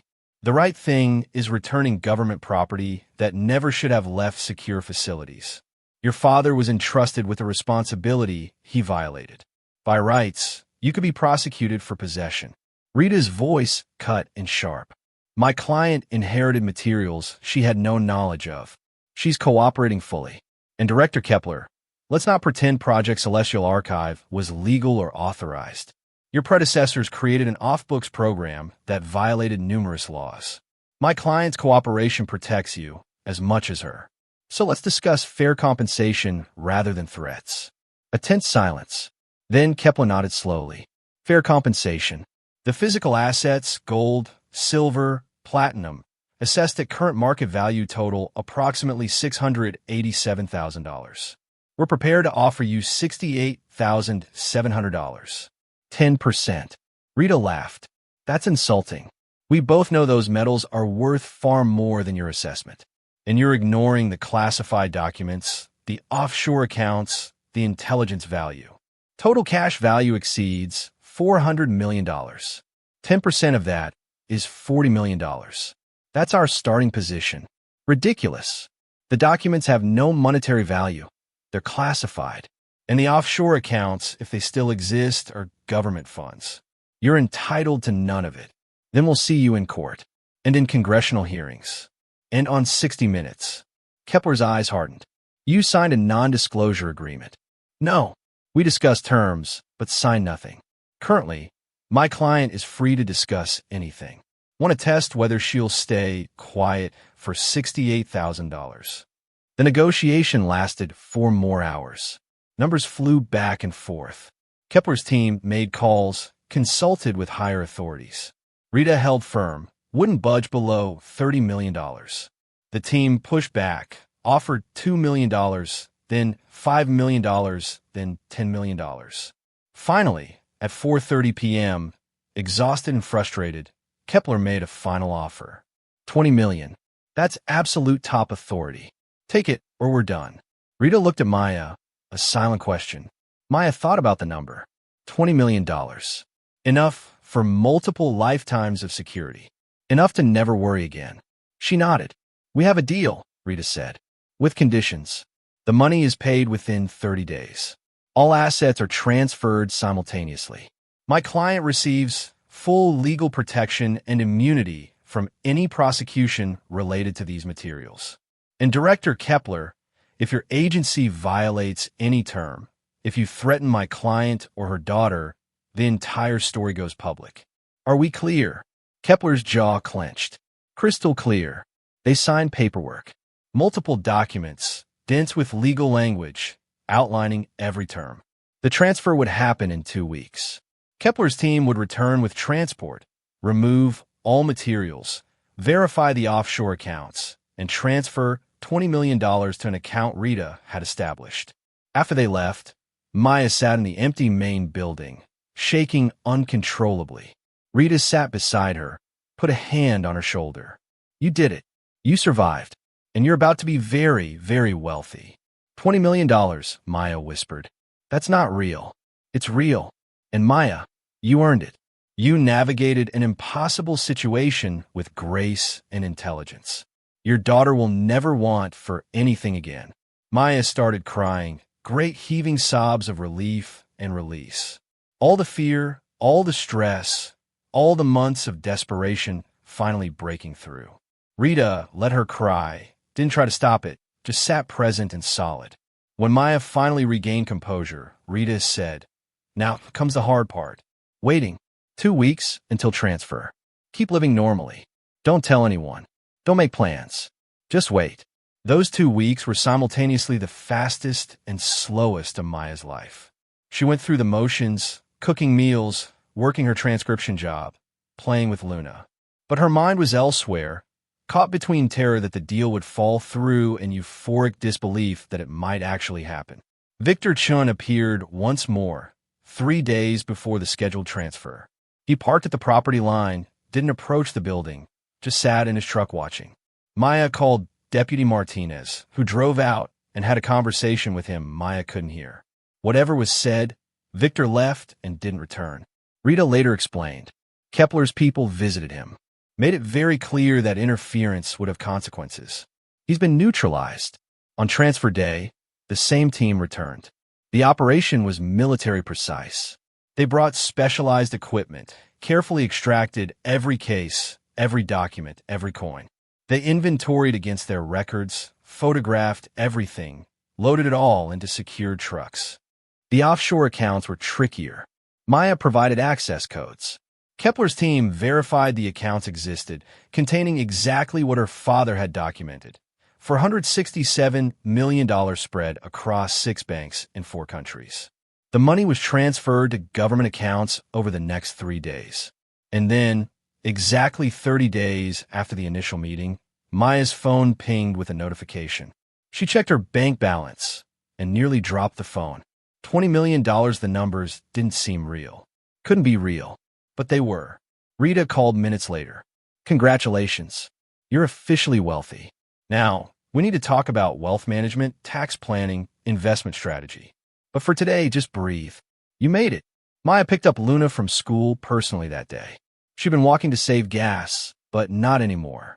She drove the terrible Civic that had been their home, that had carried them through the worst months of their lives, and felt affection for its worn seats and rattling engine. Luna climbed in, sensed something different. Mama? What happened? Remember I told you things were going to change? They changed. We're going to be okay now, baby. Really, truly okay. How okay? Maya laughed, still not quite believing it herself. We could buy a new car okay.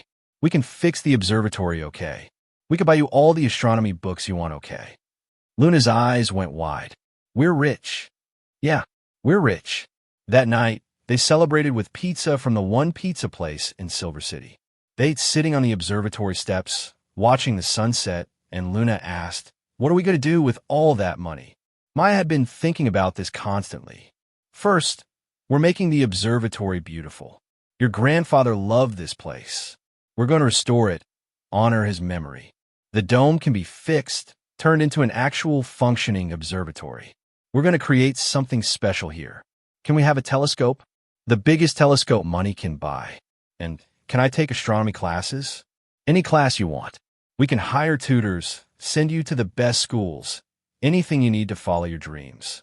Luna was quiet, then said, I want to be an astronomer. Like Abuelo. I want to map stars and discover new things and make him proud. Maya pulled her daughter close. You already make him proud. Every single day. The renovation of the observatory took 6 months. Maya hired architects, engineers, contractors who specialized in unusual structures. The collapsed dome was dismantled carefully, its twisted metal recycled. A new dome was engineered, modern but aesthetically matching the original, with a motorized opening system and climate control. Inside, Maya installed a research-grade telescope, 16 inches, powerful enough to see distant galaxies. She created a control room with computers and star tracking software. She restored the main building beautifully, keeping its vintage character while adding modern comforts. The property transformed. Where there had been decay, now gleamed possibility. The observatory became functional again, the first time in 15 years. Local astronomy clubs started asking if they could use it. Universities inquired about research partnerships. Maya said yes to all of it. She established the Rodriguez Foundation, dedicated to astronomy education and supporting students from low-income backgrounds who wanted to study the stars. The foundation would provide scholarships, equipment grants, telescope access. Everything Maya wished had existed when she was young and curious and had no resources.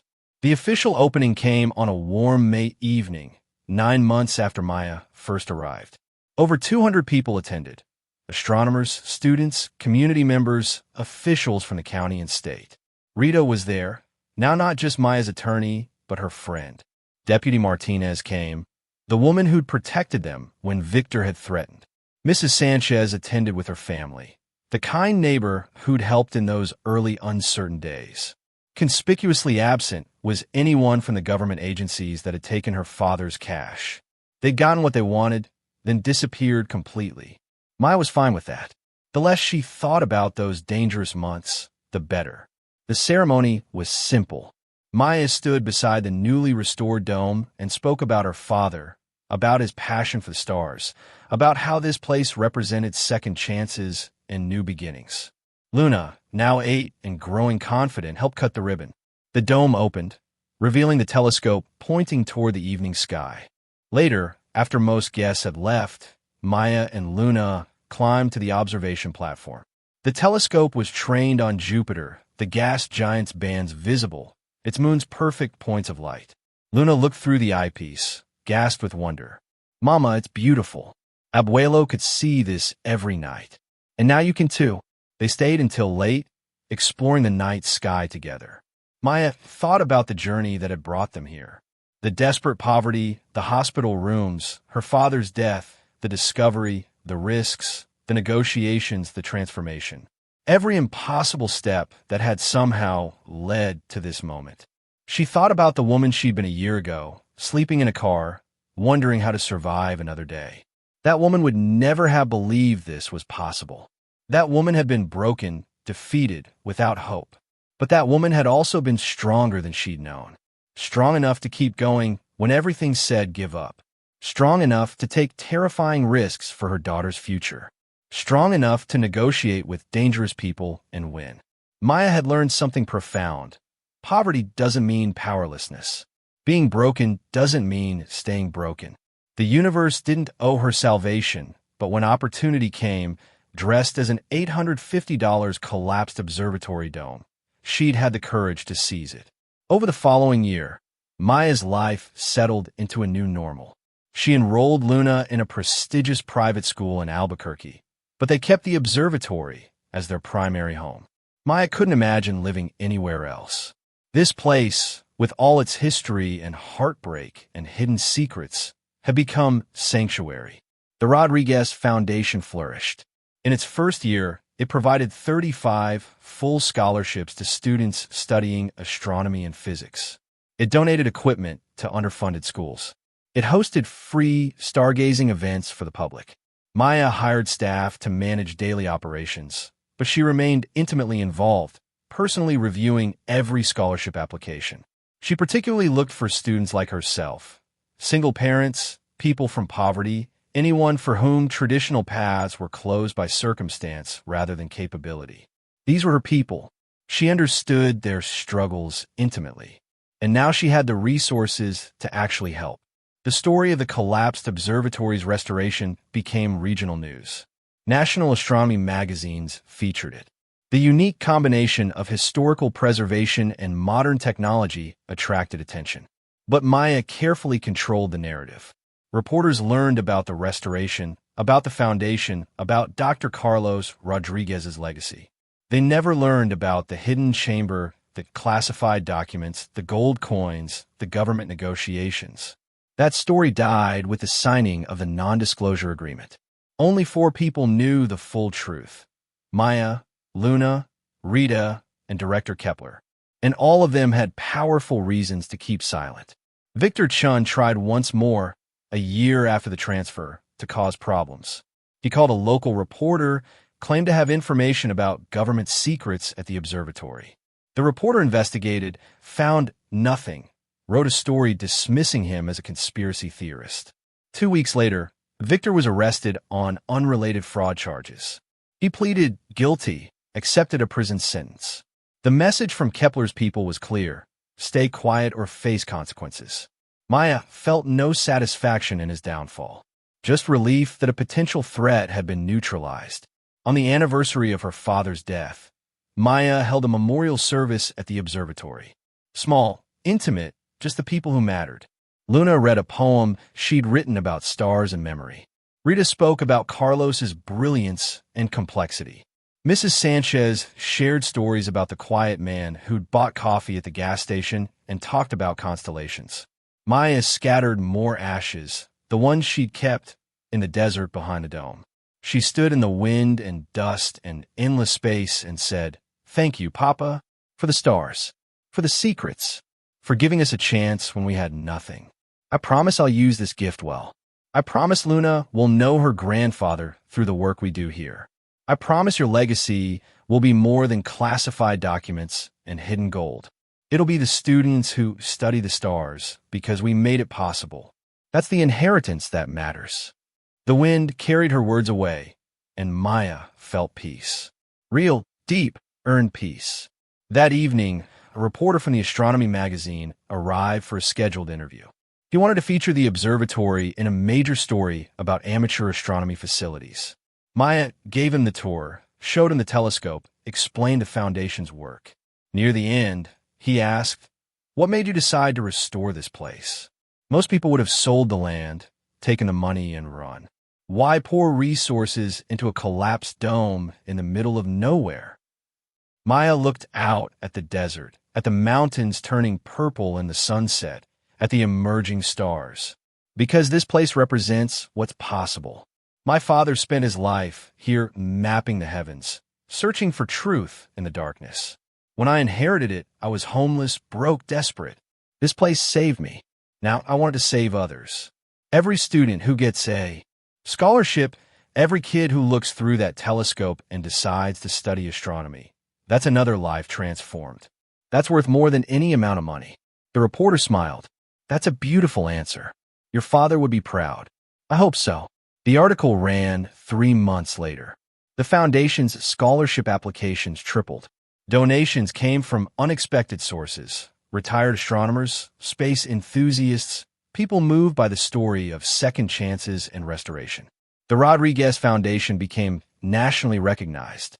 Maya hired more staff, expanded programs, started a summer camp for disadvantaged students. The observatory buzzed with activity and life. What had been a lonely outpost of one man's obsession became a thriving community hub. Luna, now 9, had become the unofficial ambassador. She gave tours to visiting students, explained how the telescope worked, shared her grandfather's stories. She'd inherited his passion for the stars, but also developed her own voice, her own dreams. She wanted to be an astrophysicist, wanted to discover exoplanets, wanted to answer the question of whether humanity was alone in the universe. One night, 2 years after the inheritance, Maya tucked Luna into bed and asked, "Are you happy here?" Luna didn't hesitate. "This is the best place in the world. I remember the car, Mama. I remember being cold and hungry and scared. I remember thinking we'd never have a home again. But we do. And it's perfect. It's not perfect. The wind still gets in through cracks. The generator fails sometimes. We're miles from anywhere. That's what makes it perfect. We have what we need. We have each other. And we have the stars." Maya kissed her daughter's forehead. "You're wiser than I was at your age. I learned from the best." After Luna fell asleep, Maya descended to what had been the hidden chamber. Kepler's team had removed everything, but the space remained. Maya had converted it into a small meditation room, a place to think and remember. She kept her father's astronomy book there, the one with his handwriting, the one that had started everything. She sat in the quiet darkness and thought about the past 2 years, about the impossible journey from poverty to wealth, from desperation to security, from brokenness to healing, about the choices she'd made, some brave, some terrifying, all necessary. She thought about the $20 million, now carefully invested, generating enough income to fund the foundation in perpetuity, about the students whose lives were changing because a desperate woman had chosen to fight rather than surrender, about legacy and what it meant to honor someone by building something that outlasted grief. Her phone buzzed. A text from Rita. "Board meeting next week to discuss expanding to other states. You've built something extraordinary." Maya smiled. Extraordinary. A year ago, the only extraordinary thing about her life was how thoroughly it had fallen apart. Now, she was creating opportunities for people society had written off. Now, she was proving that circumstances didn't define destiny. She thought about Victor Chun, rotting in prison, his greed leading to destruction. She thought about Director Kepler and his team, efficiently burying a scandal. She thought about her father, brilliant and flawed, who'd kept secrets for 40 years and left them as a gift he couldn't explain. And she thought about herself, Maya Rodriguez, former homeless single mother, now founder of a successful educational foundation, owner of a functioning observatory, mother to a daughter who would never know poverty or desperation or the crushing weight of impossible choices. The transformation wasn't just financial. It was fundamental. She'd been remade by necessity, by risk, by the refusal to accept that her story ended in a parking lot with nothing but defeat. Maya climbed back up to the main building, locked the chamber behind her. That part of her life was done, sealed away like the secrets it had held.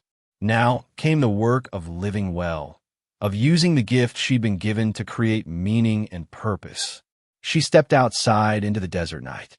The sky was impossible, vast beyond comprehension, filled with stars that had burned for billions of years and would burn for billions more. Somewhere in that cosmic expanse, her father's consciousness might exist, energy transformed but not destroyed, awareness continuing in forms she couldn't imagine. "I hope you can see this, Papa," she whispered. "I hope you know what we've built. I hope you're proud." The stars offered no response, but Maya didn't need one. She learned that the universe didn't provide answers. It provided opportunities, and the only thing that mattered was having the courage to seize them. She went back inside, checked on Luna one more time, and climbed in her own bed. Tomorrow, there would be foundation work, contractor meetings, emails from students thanking her for scholarships. Tomorrow, life would continue its forward momentum. But tonight, Maya Rodriguez slept in a home she owned, beside a daughter who would never know hunger, under a roof that sheltered dreams instead of crushing them. Tonight, the collapsed observatory dome stood restored and functional, a monument not to failure, but to persistence. Tonight, everything was exactly as it should be. The inheritance wasn't just $20 million. It wasn't just the gold coins or classified documents or offshore accounts. The real inheritance was the lesson that survival was always possible, that broken things could be restored, that the worst circumstances could transform into the best outcomes if you refused to give up. Her father had left her more than assets. He'd left her proof that redemption was real, that second chances existed, that the universe occasionally bent toward justice. And Maya had taken that proof, that impossible gift from an impossible situation, and built something beautiful from its foundation. 3 years after inheriting the $850 collapsed telescope dome, Maya Rodriguez stood at the center of an astronomical research facility that had discovered 12 exoplanets, graduated 62 scholarship students, and given hope to thousands of people who thought the stars were beyond their reach. She'd started with nothing. She'd ended with everything that mattered. And the stars, those ancient witnesses to human struggle and triumph, watched over it all with their cold, perfect light. The collapsed dome was restored. The hidden fortune was discovered. The impossible transformation was complete. And Maya Rodriguez, survivor, mother, fighter, proved that even in the darkest night, even when all seems lost, dawn is possible. You just have to keep looking up. 5 years after inheriting the collapsed observatory dome, Maya Rodriguez woke to find her 13-year-old daughter already at the telescope, tracking something across the pre-dawn sky. Luna had her grandfather's intensity, that same ability to lose herself completely in the cosmos, forgetting that earthly concerns like breakfast or sleep existed. "Luna, you've been up all night again," Maya said, bringing coffee she knew her daughter wouldn't drink. "I'm close, Mama. The calculations are almost perfect. There's something in sector J47 that shouldn't be there." Abuelo marked it in his notebooks, but he never explained what he found. Maya felt a familiar chill. Her father's notebooks.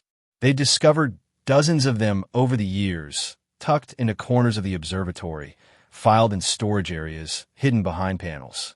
Each one revealed new layers of his work, new mysteries he'd been investigating. Most were standard astronomical observations, but some contained notations that suggested Carlos Rodriguez had been tracking something far more significant than stellar positions.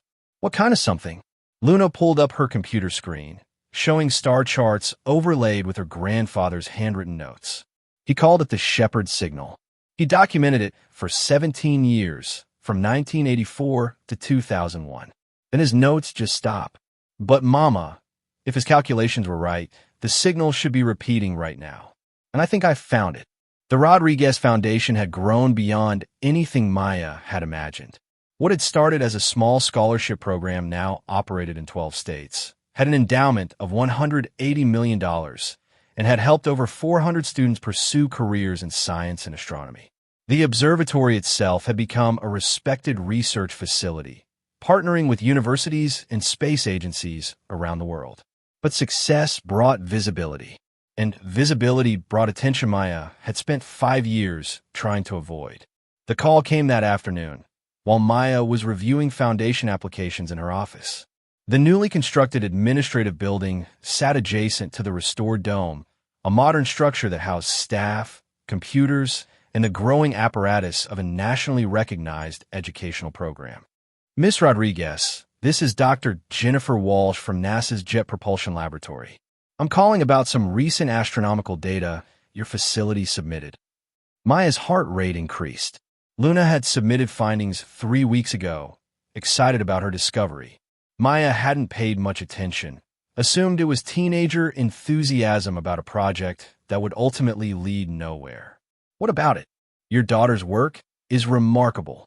She's identified an anomalous radio signal that matches patterns we've been investigating for 30 years. Patterns that were first documented by your father in the 1980s. Miss Rodriguez, we'd like to visit your facility. There are questions about Dr. Rodriguez's original research that have never been answered." "What kind of questions?" A pause. "Sensitive questions. Questions about classified programs your father may have been involved in. I think it's better if we discuss this in person." After hanging up, Maya sat in silence, staring at the mountains beyond her window. 5 years apiece. 5 years of building something positive from the chaos her father had left behind. And now the past was returning, demanding answers she didn't have. That evening, she called Rita Vasquez, who had remained her attorney and closest confidant. Rita listened to the description of the call, then asked, did she mention Project Celestial Archive? No. She talked about astronomical research, radio signals, patterns Carlos documented. Maya, your father wasn't just hiding assets. He was also a legitimate scientist doing legitimate work. Some of that work may have intersected with classified programs, but some of it was probably just brilliant astronomy that no one understood. This could be harmless, or it could be another hornet's nest. What should I do? Take the meeting. Be honest about what you know, which isn't much. And Maya, remember something important. You're not the desperate woman living in a car anymore. You have resources, leverage, attorneys. If NASA is calling, it's because they need something from you. That gives you power. Dr. Jennifer Walsh arrived 3 days later, accompanied by 2 other scientists and someone who introduced himself only as Federal Liaison Carter. The liaison's presence immediately put Maya on edge. Federal meant intelligence agencies, meant classified programs, meant potential danger. They gathered in the observatory's main conference room. Luna sat beside Maya, insistent on being included despite her age. She discovered the signal, she argued, and deserved to hear what it meant. Dr. Walsh was in her 50s, sharp-eyed, with the intensity of someone who dedicated her life to a singular pursuit. She spread documents across the table, star charts and radio spectrograms that looked similar to the ones Maya had seen in her father's hidden chamber years ago. Your father was tracking something extraordinary, Walsh began. A repeating signal from deep space, non-random, structured in ways that suggested artificial origin. He documented it meticulously from 1984 to 2001. Then his observations stopped. We've been trying to verify his work for 3 decades, but we couldn't replicate his findings. Until your daughter submitted her data 3 weeks ago. Luna leaned forward, engaged. The signal is real? Abuelo wasn't imagining it. Not only real, but more complex than he initially believed. Your grandfather was observing the signal from this observatory using equipment that shouldn't have been capable of detecting it. That's what brought us here. We need to understand what equipment he was using, what modifications he made, what methodologies allowed him to observe something no one else could detect. Liaison Carter spoke for the first time, his voice flat and official. Dr. Rodriguez had access to classified technology through his work with Project Celestial Archive. We need to determine if he incorporated that technology into this facility, and if so, whether it still exists. There it was, the real reason for the visit. They didn't care about Luna's discovery or Carlos's scientific legacy. They wanted to know if classified technology had been hidden at the observatory, if Maya had been sitting on more government secrets for 5 years without realizing it. Maya kept her voice steady. When the government recovered materials from this facility 5 years ago, they took everything they identified as classified. Everything. If there's more, they missed it. Or your father hid it better, Carter replied. Project Celestial Archive wasn't just about storing assets.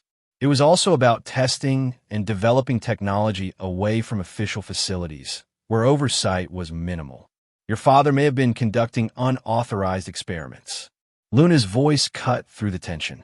My grandfather was trying to answer the most important question humanity has ever asked. Are we alone? If he bent some rules to do that, maybe the rules were wrong. Walsh smiled slightly. I actually agree with you. But Miss Rodriguez, the equipment your father used is still government property. We need to locate it, inventory it, and determine if it poses any security risk. And if I refuse? Carter's expression hardened. Then we obtain a warrant, search the property thoroughly, and seize anything that might be classified. Or you cooperate, we conduct a joint investigation, and whatever we find gets handled discreetly. Your choice. Maya looked at Rita, who nodded slightly. They'd been through this before. Cooperation was always preferable to confrontation. Fine, but I'm present for every search. And anything we find, we document together. No mysterious disappearances of equipment or data. They searched for 3 days. The team brought detection equipment, sensors that identified electronic components, metal detectors for hidden panels, ground-penetrating radar for buried caches. They mapped every inch of the property, finding numerous hiding spots Maya had never discovered. In the main dome, behind a false panel Luna discovered, they found a server room. Old computers from the 1990s, still powered by a dedicated solar array, still running. The equipment was primitive by modern standards, but sophisticated for its era, and connected to an antenna array buried beneath the desert floor, capable of detecting radio frequencies no civilian equipment should access. "This is it," Walsh breathed, examining the setup. "This is how he did it. Your father built a signals intelligence array disguised as astronomical equipment. He was essentially running a private SETI program with technology he shouldn't have possessed." Carter was already on his phone, reporting findings to superiors. Maya watched the excitement and concern playing across his face. Whatever Carlos had built, it was significant enough to worry federal authorities. Over the next week, as the team analyzed the equipment, a story emerged. Carlos Rodriguez had indeed been part of Project Celestial Archive, but his role had been more complex than anyone realized. He'd been recruited not just to hide assets, but to continue classified research off-site, monitoring deep space for signals that might indicate extraterrestrial intelligence. The official SETI programs were public, transparent, and limited by political constraints. But Project Celestial Archive had funded a parallel program, secret and unrestricted, using technology beyond what civilian researchers could access. Carlos had been one of 12 scientists conducting this work, scattered across remote facilities, all operating independently. And he'd found something. The Shepherd signal, as he'd named it, was real. A repeating pattern from a source approximately 47 light-years away, modulated in ways that suggested intentional transmission. He documented it for 17 years, analyzing every transmission, decoding patterns, building a database of information that might represent the first confirmed detection of alien intelligence. Then, in 2001, the program had been shut down. Orders came from above: destroy all equipment, erase all data, sign expanded non-disclosure agreements, never speak of the work again. Most participants had complied, but Carlos, brilliant and stubborn, had refused. He'd hidden the equipment, continued monitoring the signal privately, and kept meticulous records of everything he observed. Those records were now on the server they discovered. 17 years of data, thousands of signal captures, detailed analysis suggesting the transmission was artificial, intentional, and possibly directed at Earth. Walsh spent 3 days reviewing the data, barely sleeping, surviving on coffee and mounting excitement. Finally, she called everyone together in the conference room, her expression transformed by discovery. "Your father was right. The signal is artificial. It's structured, repeating, modulated in ways that can't be natural. And according to his analysis, it's been transmitting for at least decades, possibly centuries. Someone or something out there is broadcasting, and your father spent 17 years trying to understand what they're saying." Luna's eyes were wide. "What are they saying?" "We don't know yet. The data your father collected is the most comprehensive analysis of this signal ever compiled. It's going to take years to fully decode, if we even can. But Miss Rodriguez, your father made what might be the most important discovery in human history. And he did it from a collapsed observatory in the New Mexico desert, using equipment he wasn't supposed to have." Carter was less enthusiastic. "This data is classified. The equipment is classified. All of it needs to be confiscated and transferred to secure facilities. Miss Rodriguez, you'll need to sign additional non-disclosure agreements. This information cannot become public." "Why not?" Luna demanded.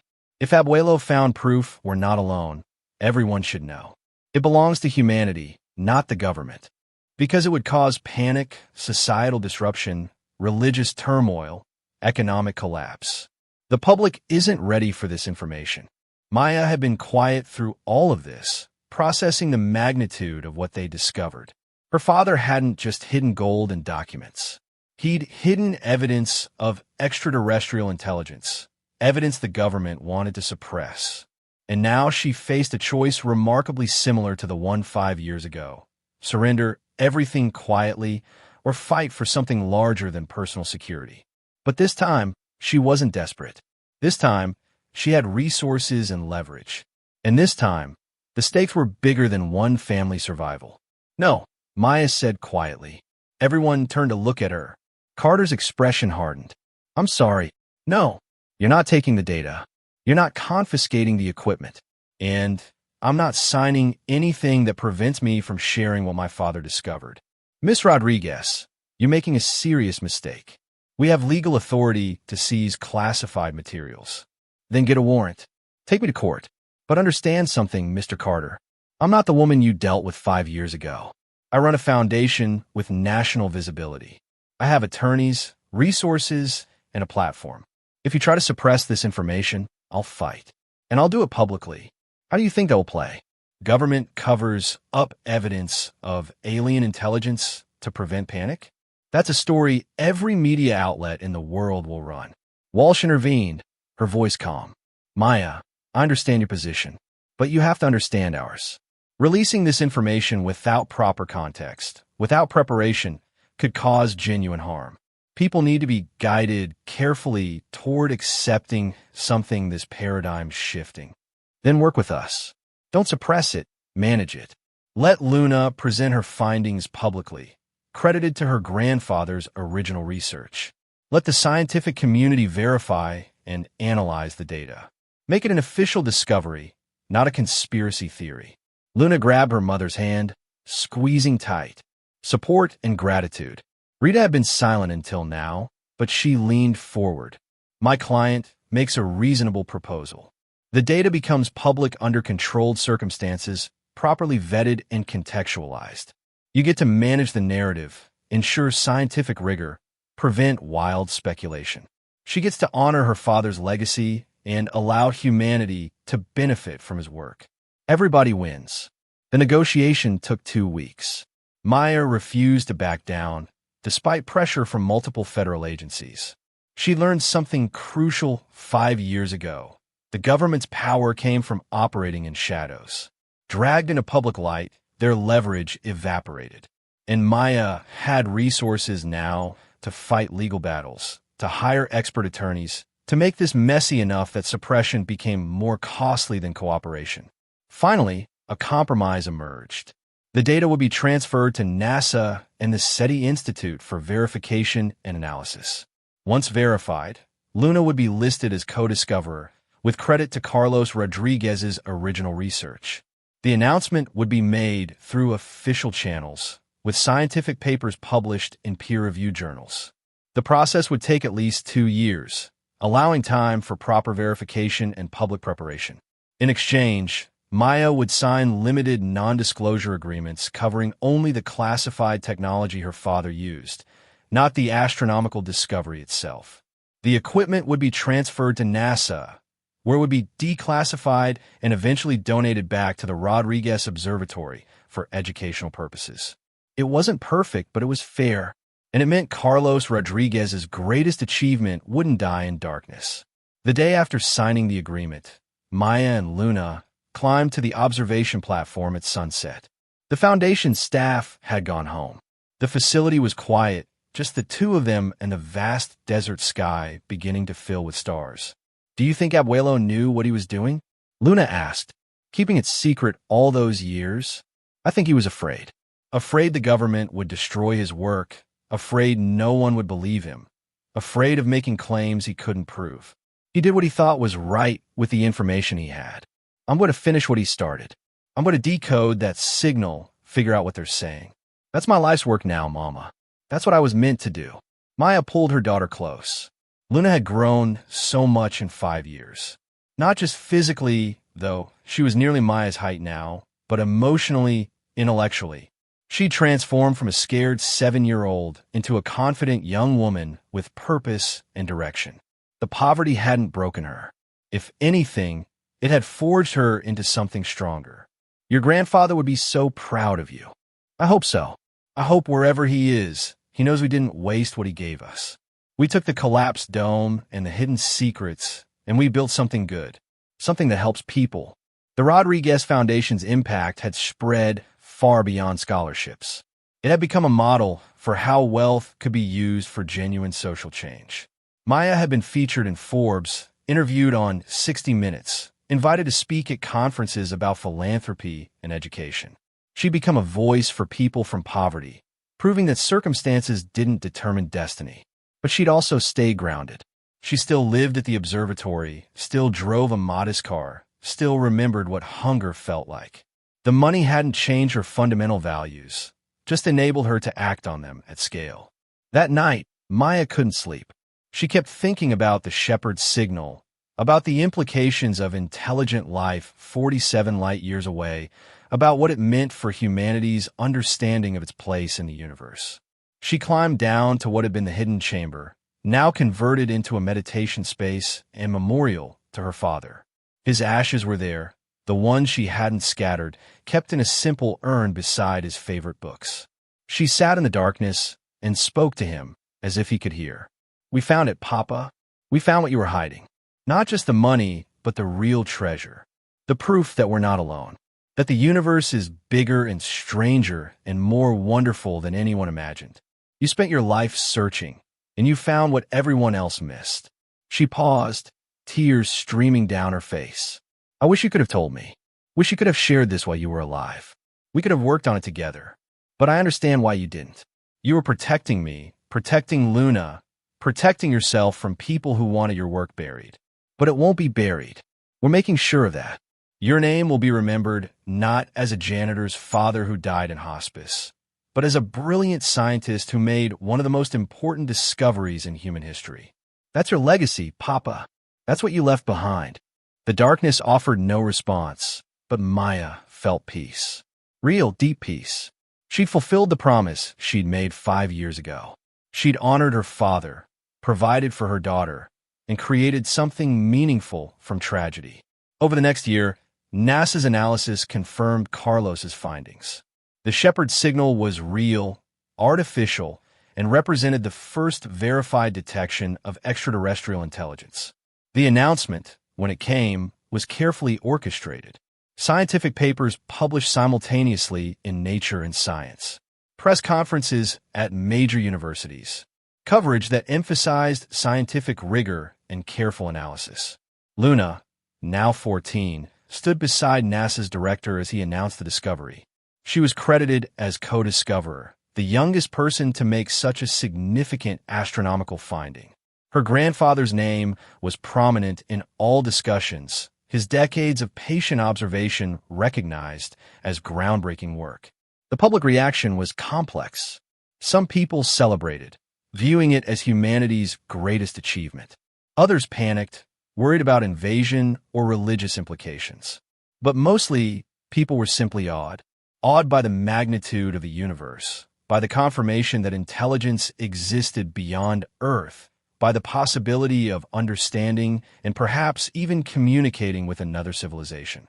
The Rodriguez Observatory became a pilgrimage site. Thousands visited, wanting to see where Carlos had worked, where Luna had confirmed his findings, where human understanding of the cosmos had fundamentally shifted. Maya had to hire security, install crowd management systems, create official tour programs. The quiet research facility became a symbol of human curiosity and persistence. Applications to the Rodriguez Foundation tripled. Donations flooded in from around the world.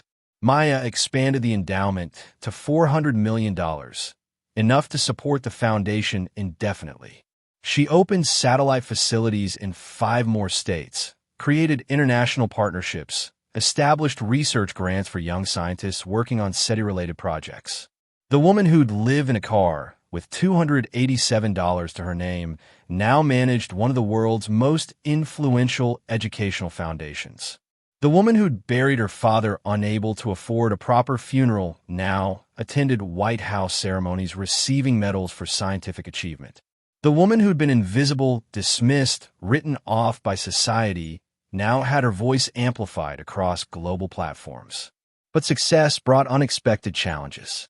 Other descendants of Project Celestial Archive participants began coming forward, claiming their relatives had also made discoveries that were suppressed. Some filed lawsuits demanding compensation. Others wanted investigations into why the program had been shut down. The government faced mounting pressure to declassify more information about the project. Maya found herself at the center of a growing movement demanding transparency about classified programs. She hadn't sought this role, but her story, her willingness to fight, had made her a symbol. People looked to her for guidance on how to navigate the gray areas between national security and public right to know. One afternoon, 2 years after the signal's announcement, Maya received a visitor she hadn't expected.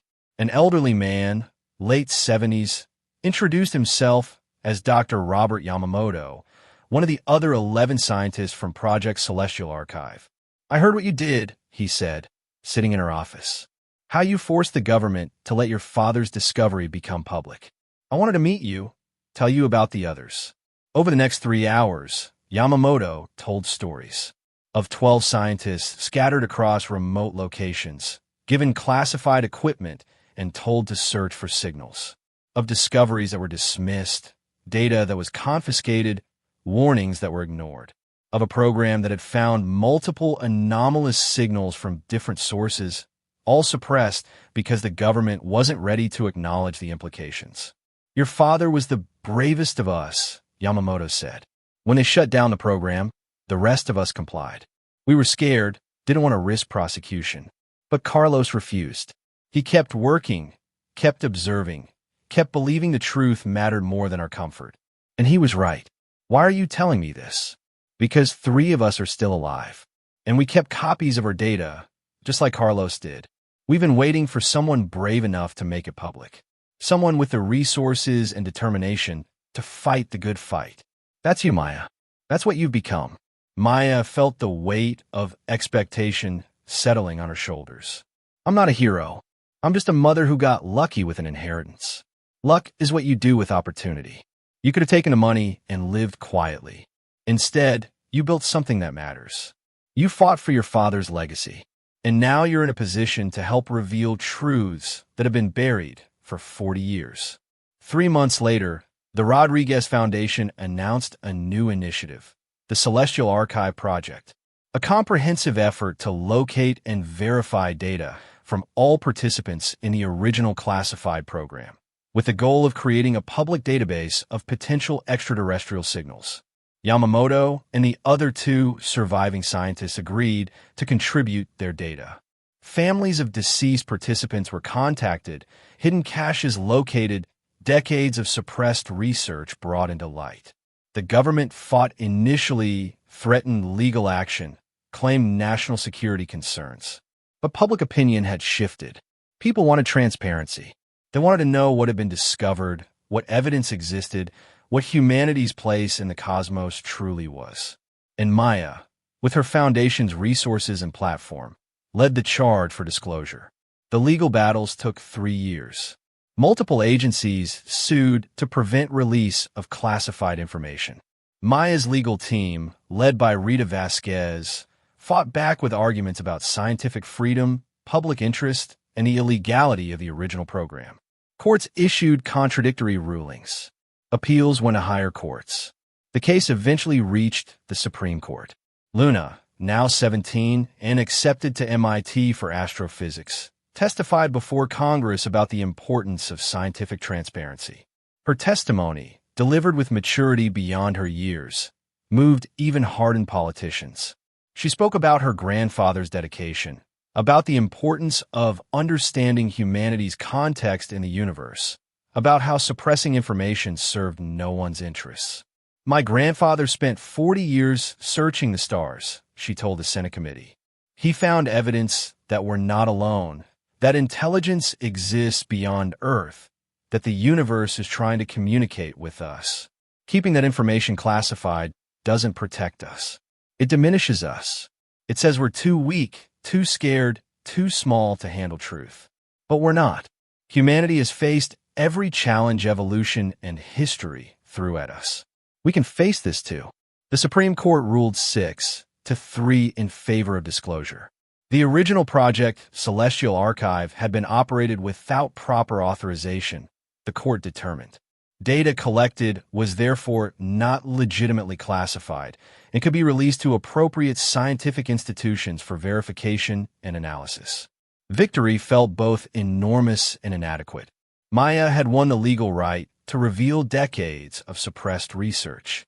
But victory also meant responsibility. What they'd found wasn't just the shepherd signal. It was evidence of multiple signals from different sources, all suggesting intelligent origin. Evidence that humanity wasn't just not alone, but existed in a universe potentially filled with civilizations trying to communicate. The full database went live on the Rodriguez Foundation's website on Luna's 18th birthday. 27 terabytes of data, 40 years of observations, signals from 14 different sources, all available for anyone to download and analyze. Within hours, thousands of researchers around the world were examining the data, verifying findings, building on Carlos's original work. The announcement made global headlines. Not just science news, but front pages everywhere.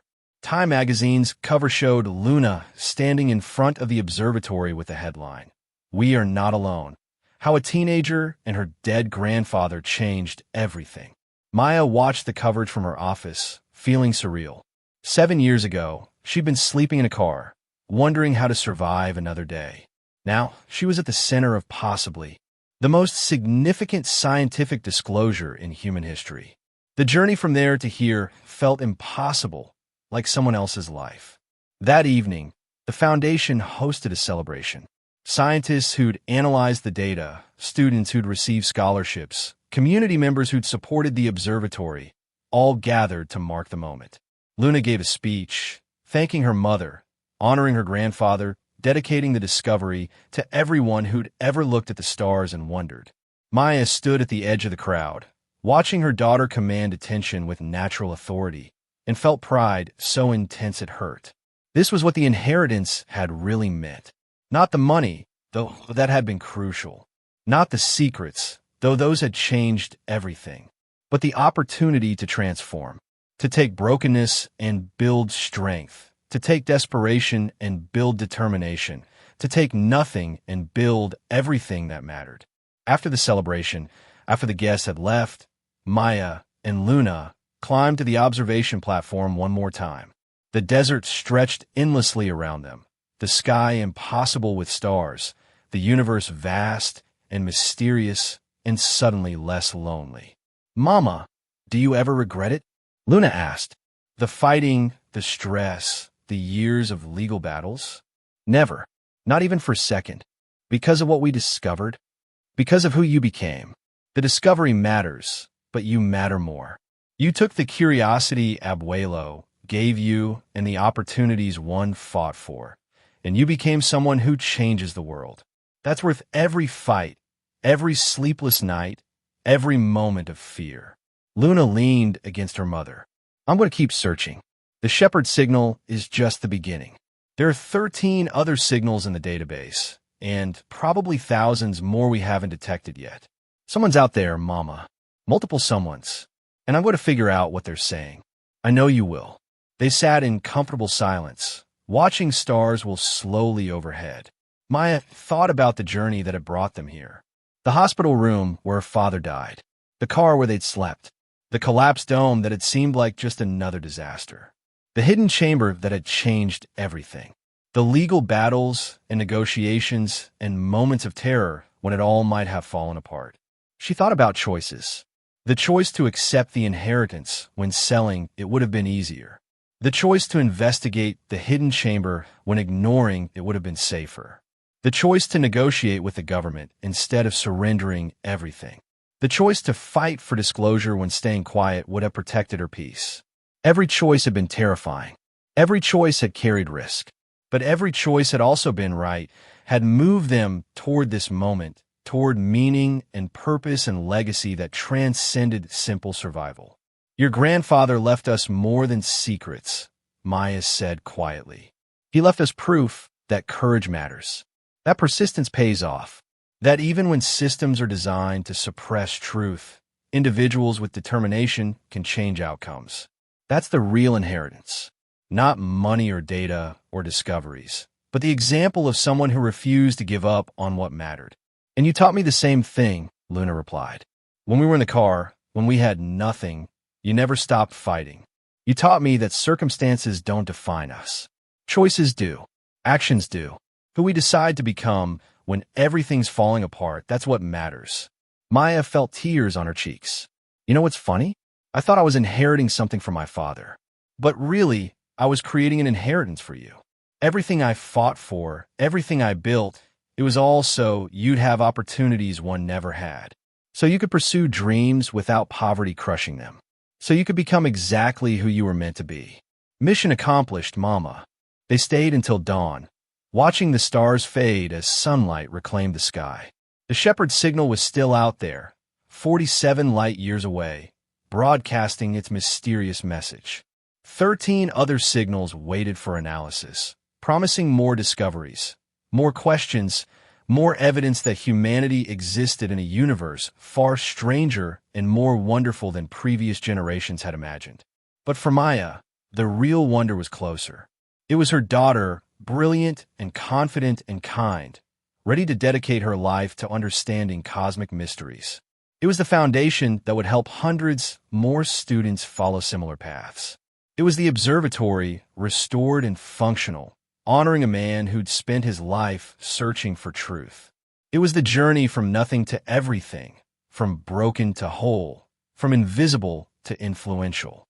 It was proof that transformation was possible, that the worst circumstances could generate the best outcomes, that inherited disadvantage could become inherited legacy if someone was brave enough to fight for it. 7 years after inheriting an $850 collapsed telescope dome, Maya Rodriguez had built something worth more than the $468 million her father had hidden. She'd built proof that human potential was unlimited, that poverty was circumstance, not destiny, that mothers, sleeping in cars with daughters, could become leaders, changing how humanity understood its place among the stars. The collapsed dome stood restored. The hidden fortune had revealed even greater treasures, and the impossible transformation was complete. But really, Maya understood it wasn't complete. It would never be complete, because transformation wasn't a destination, it was a process. Every day offered new choices, new opportunities, new chances to become slightly more than you were yesterday. And Maya Rodriguez, survivor, mother, fighter, philanthropist, would keep choosing courage, keep choosing growth, keep choosing to believe that broken things could be restored, that hidden potential could be revealed, that even in the darkest night, dawn was always possible. You just had to keep looking up. The morning light painted the observatory gold, and Maya felt gratitude so profound it bordered on spiritual. Gratitude for her father's secrets, for her daughter's brilliance, for the second chance that had arrived disguised as disaster, for the universe that had tested her strength and found her worthy. She'd started with nothing but determination and love.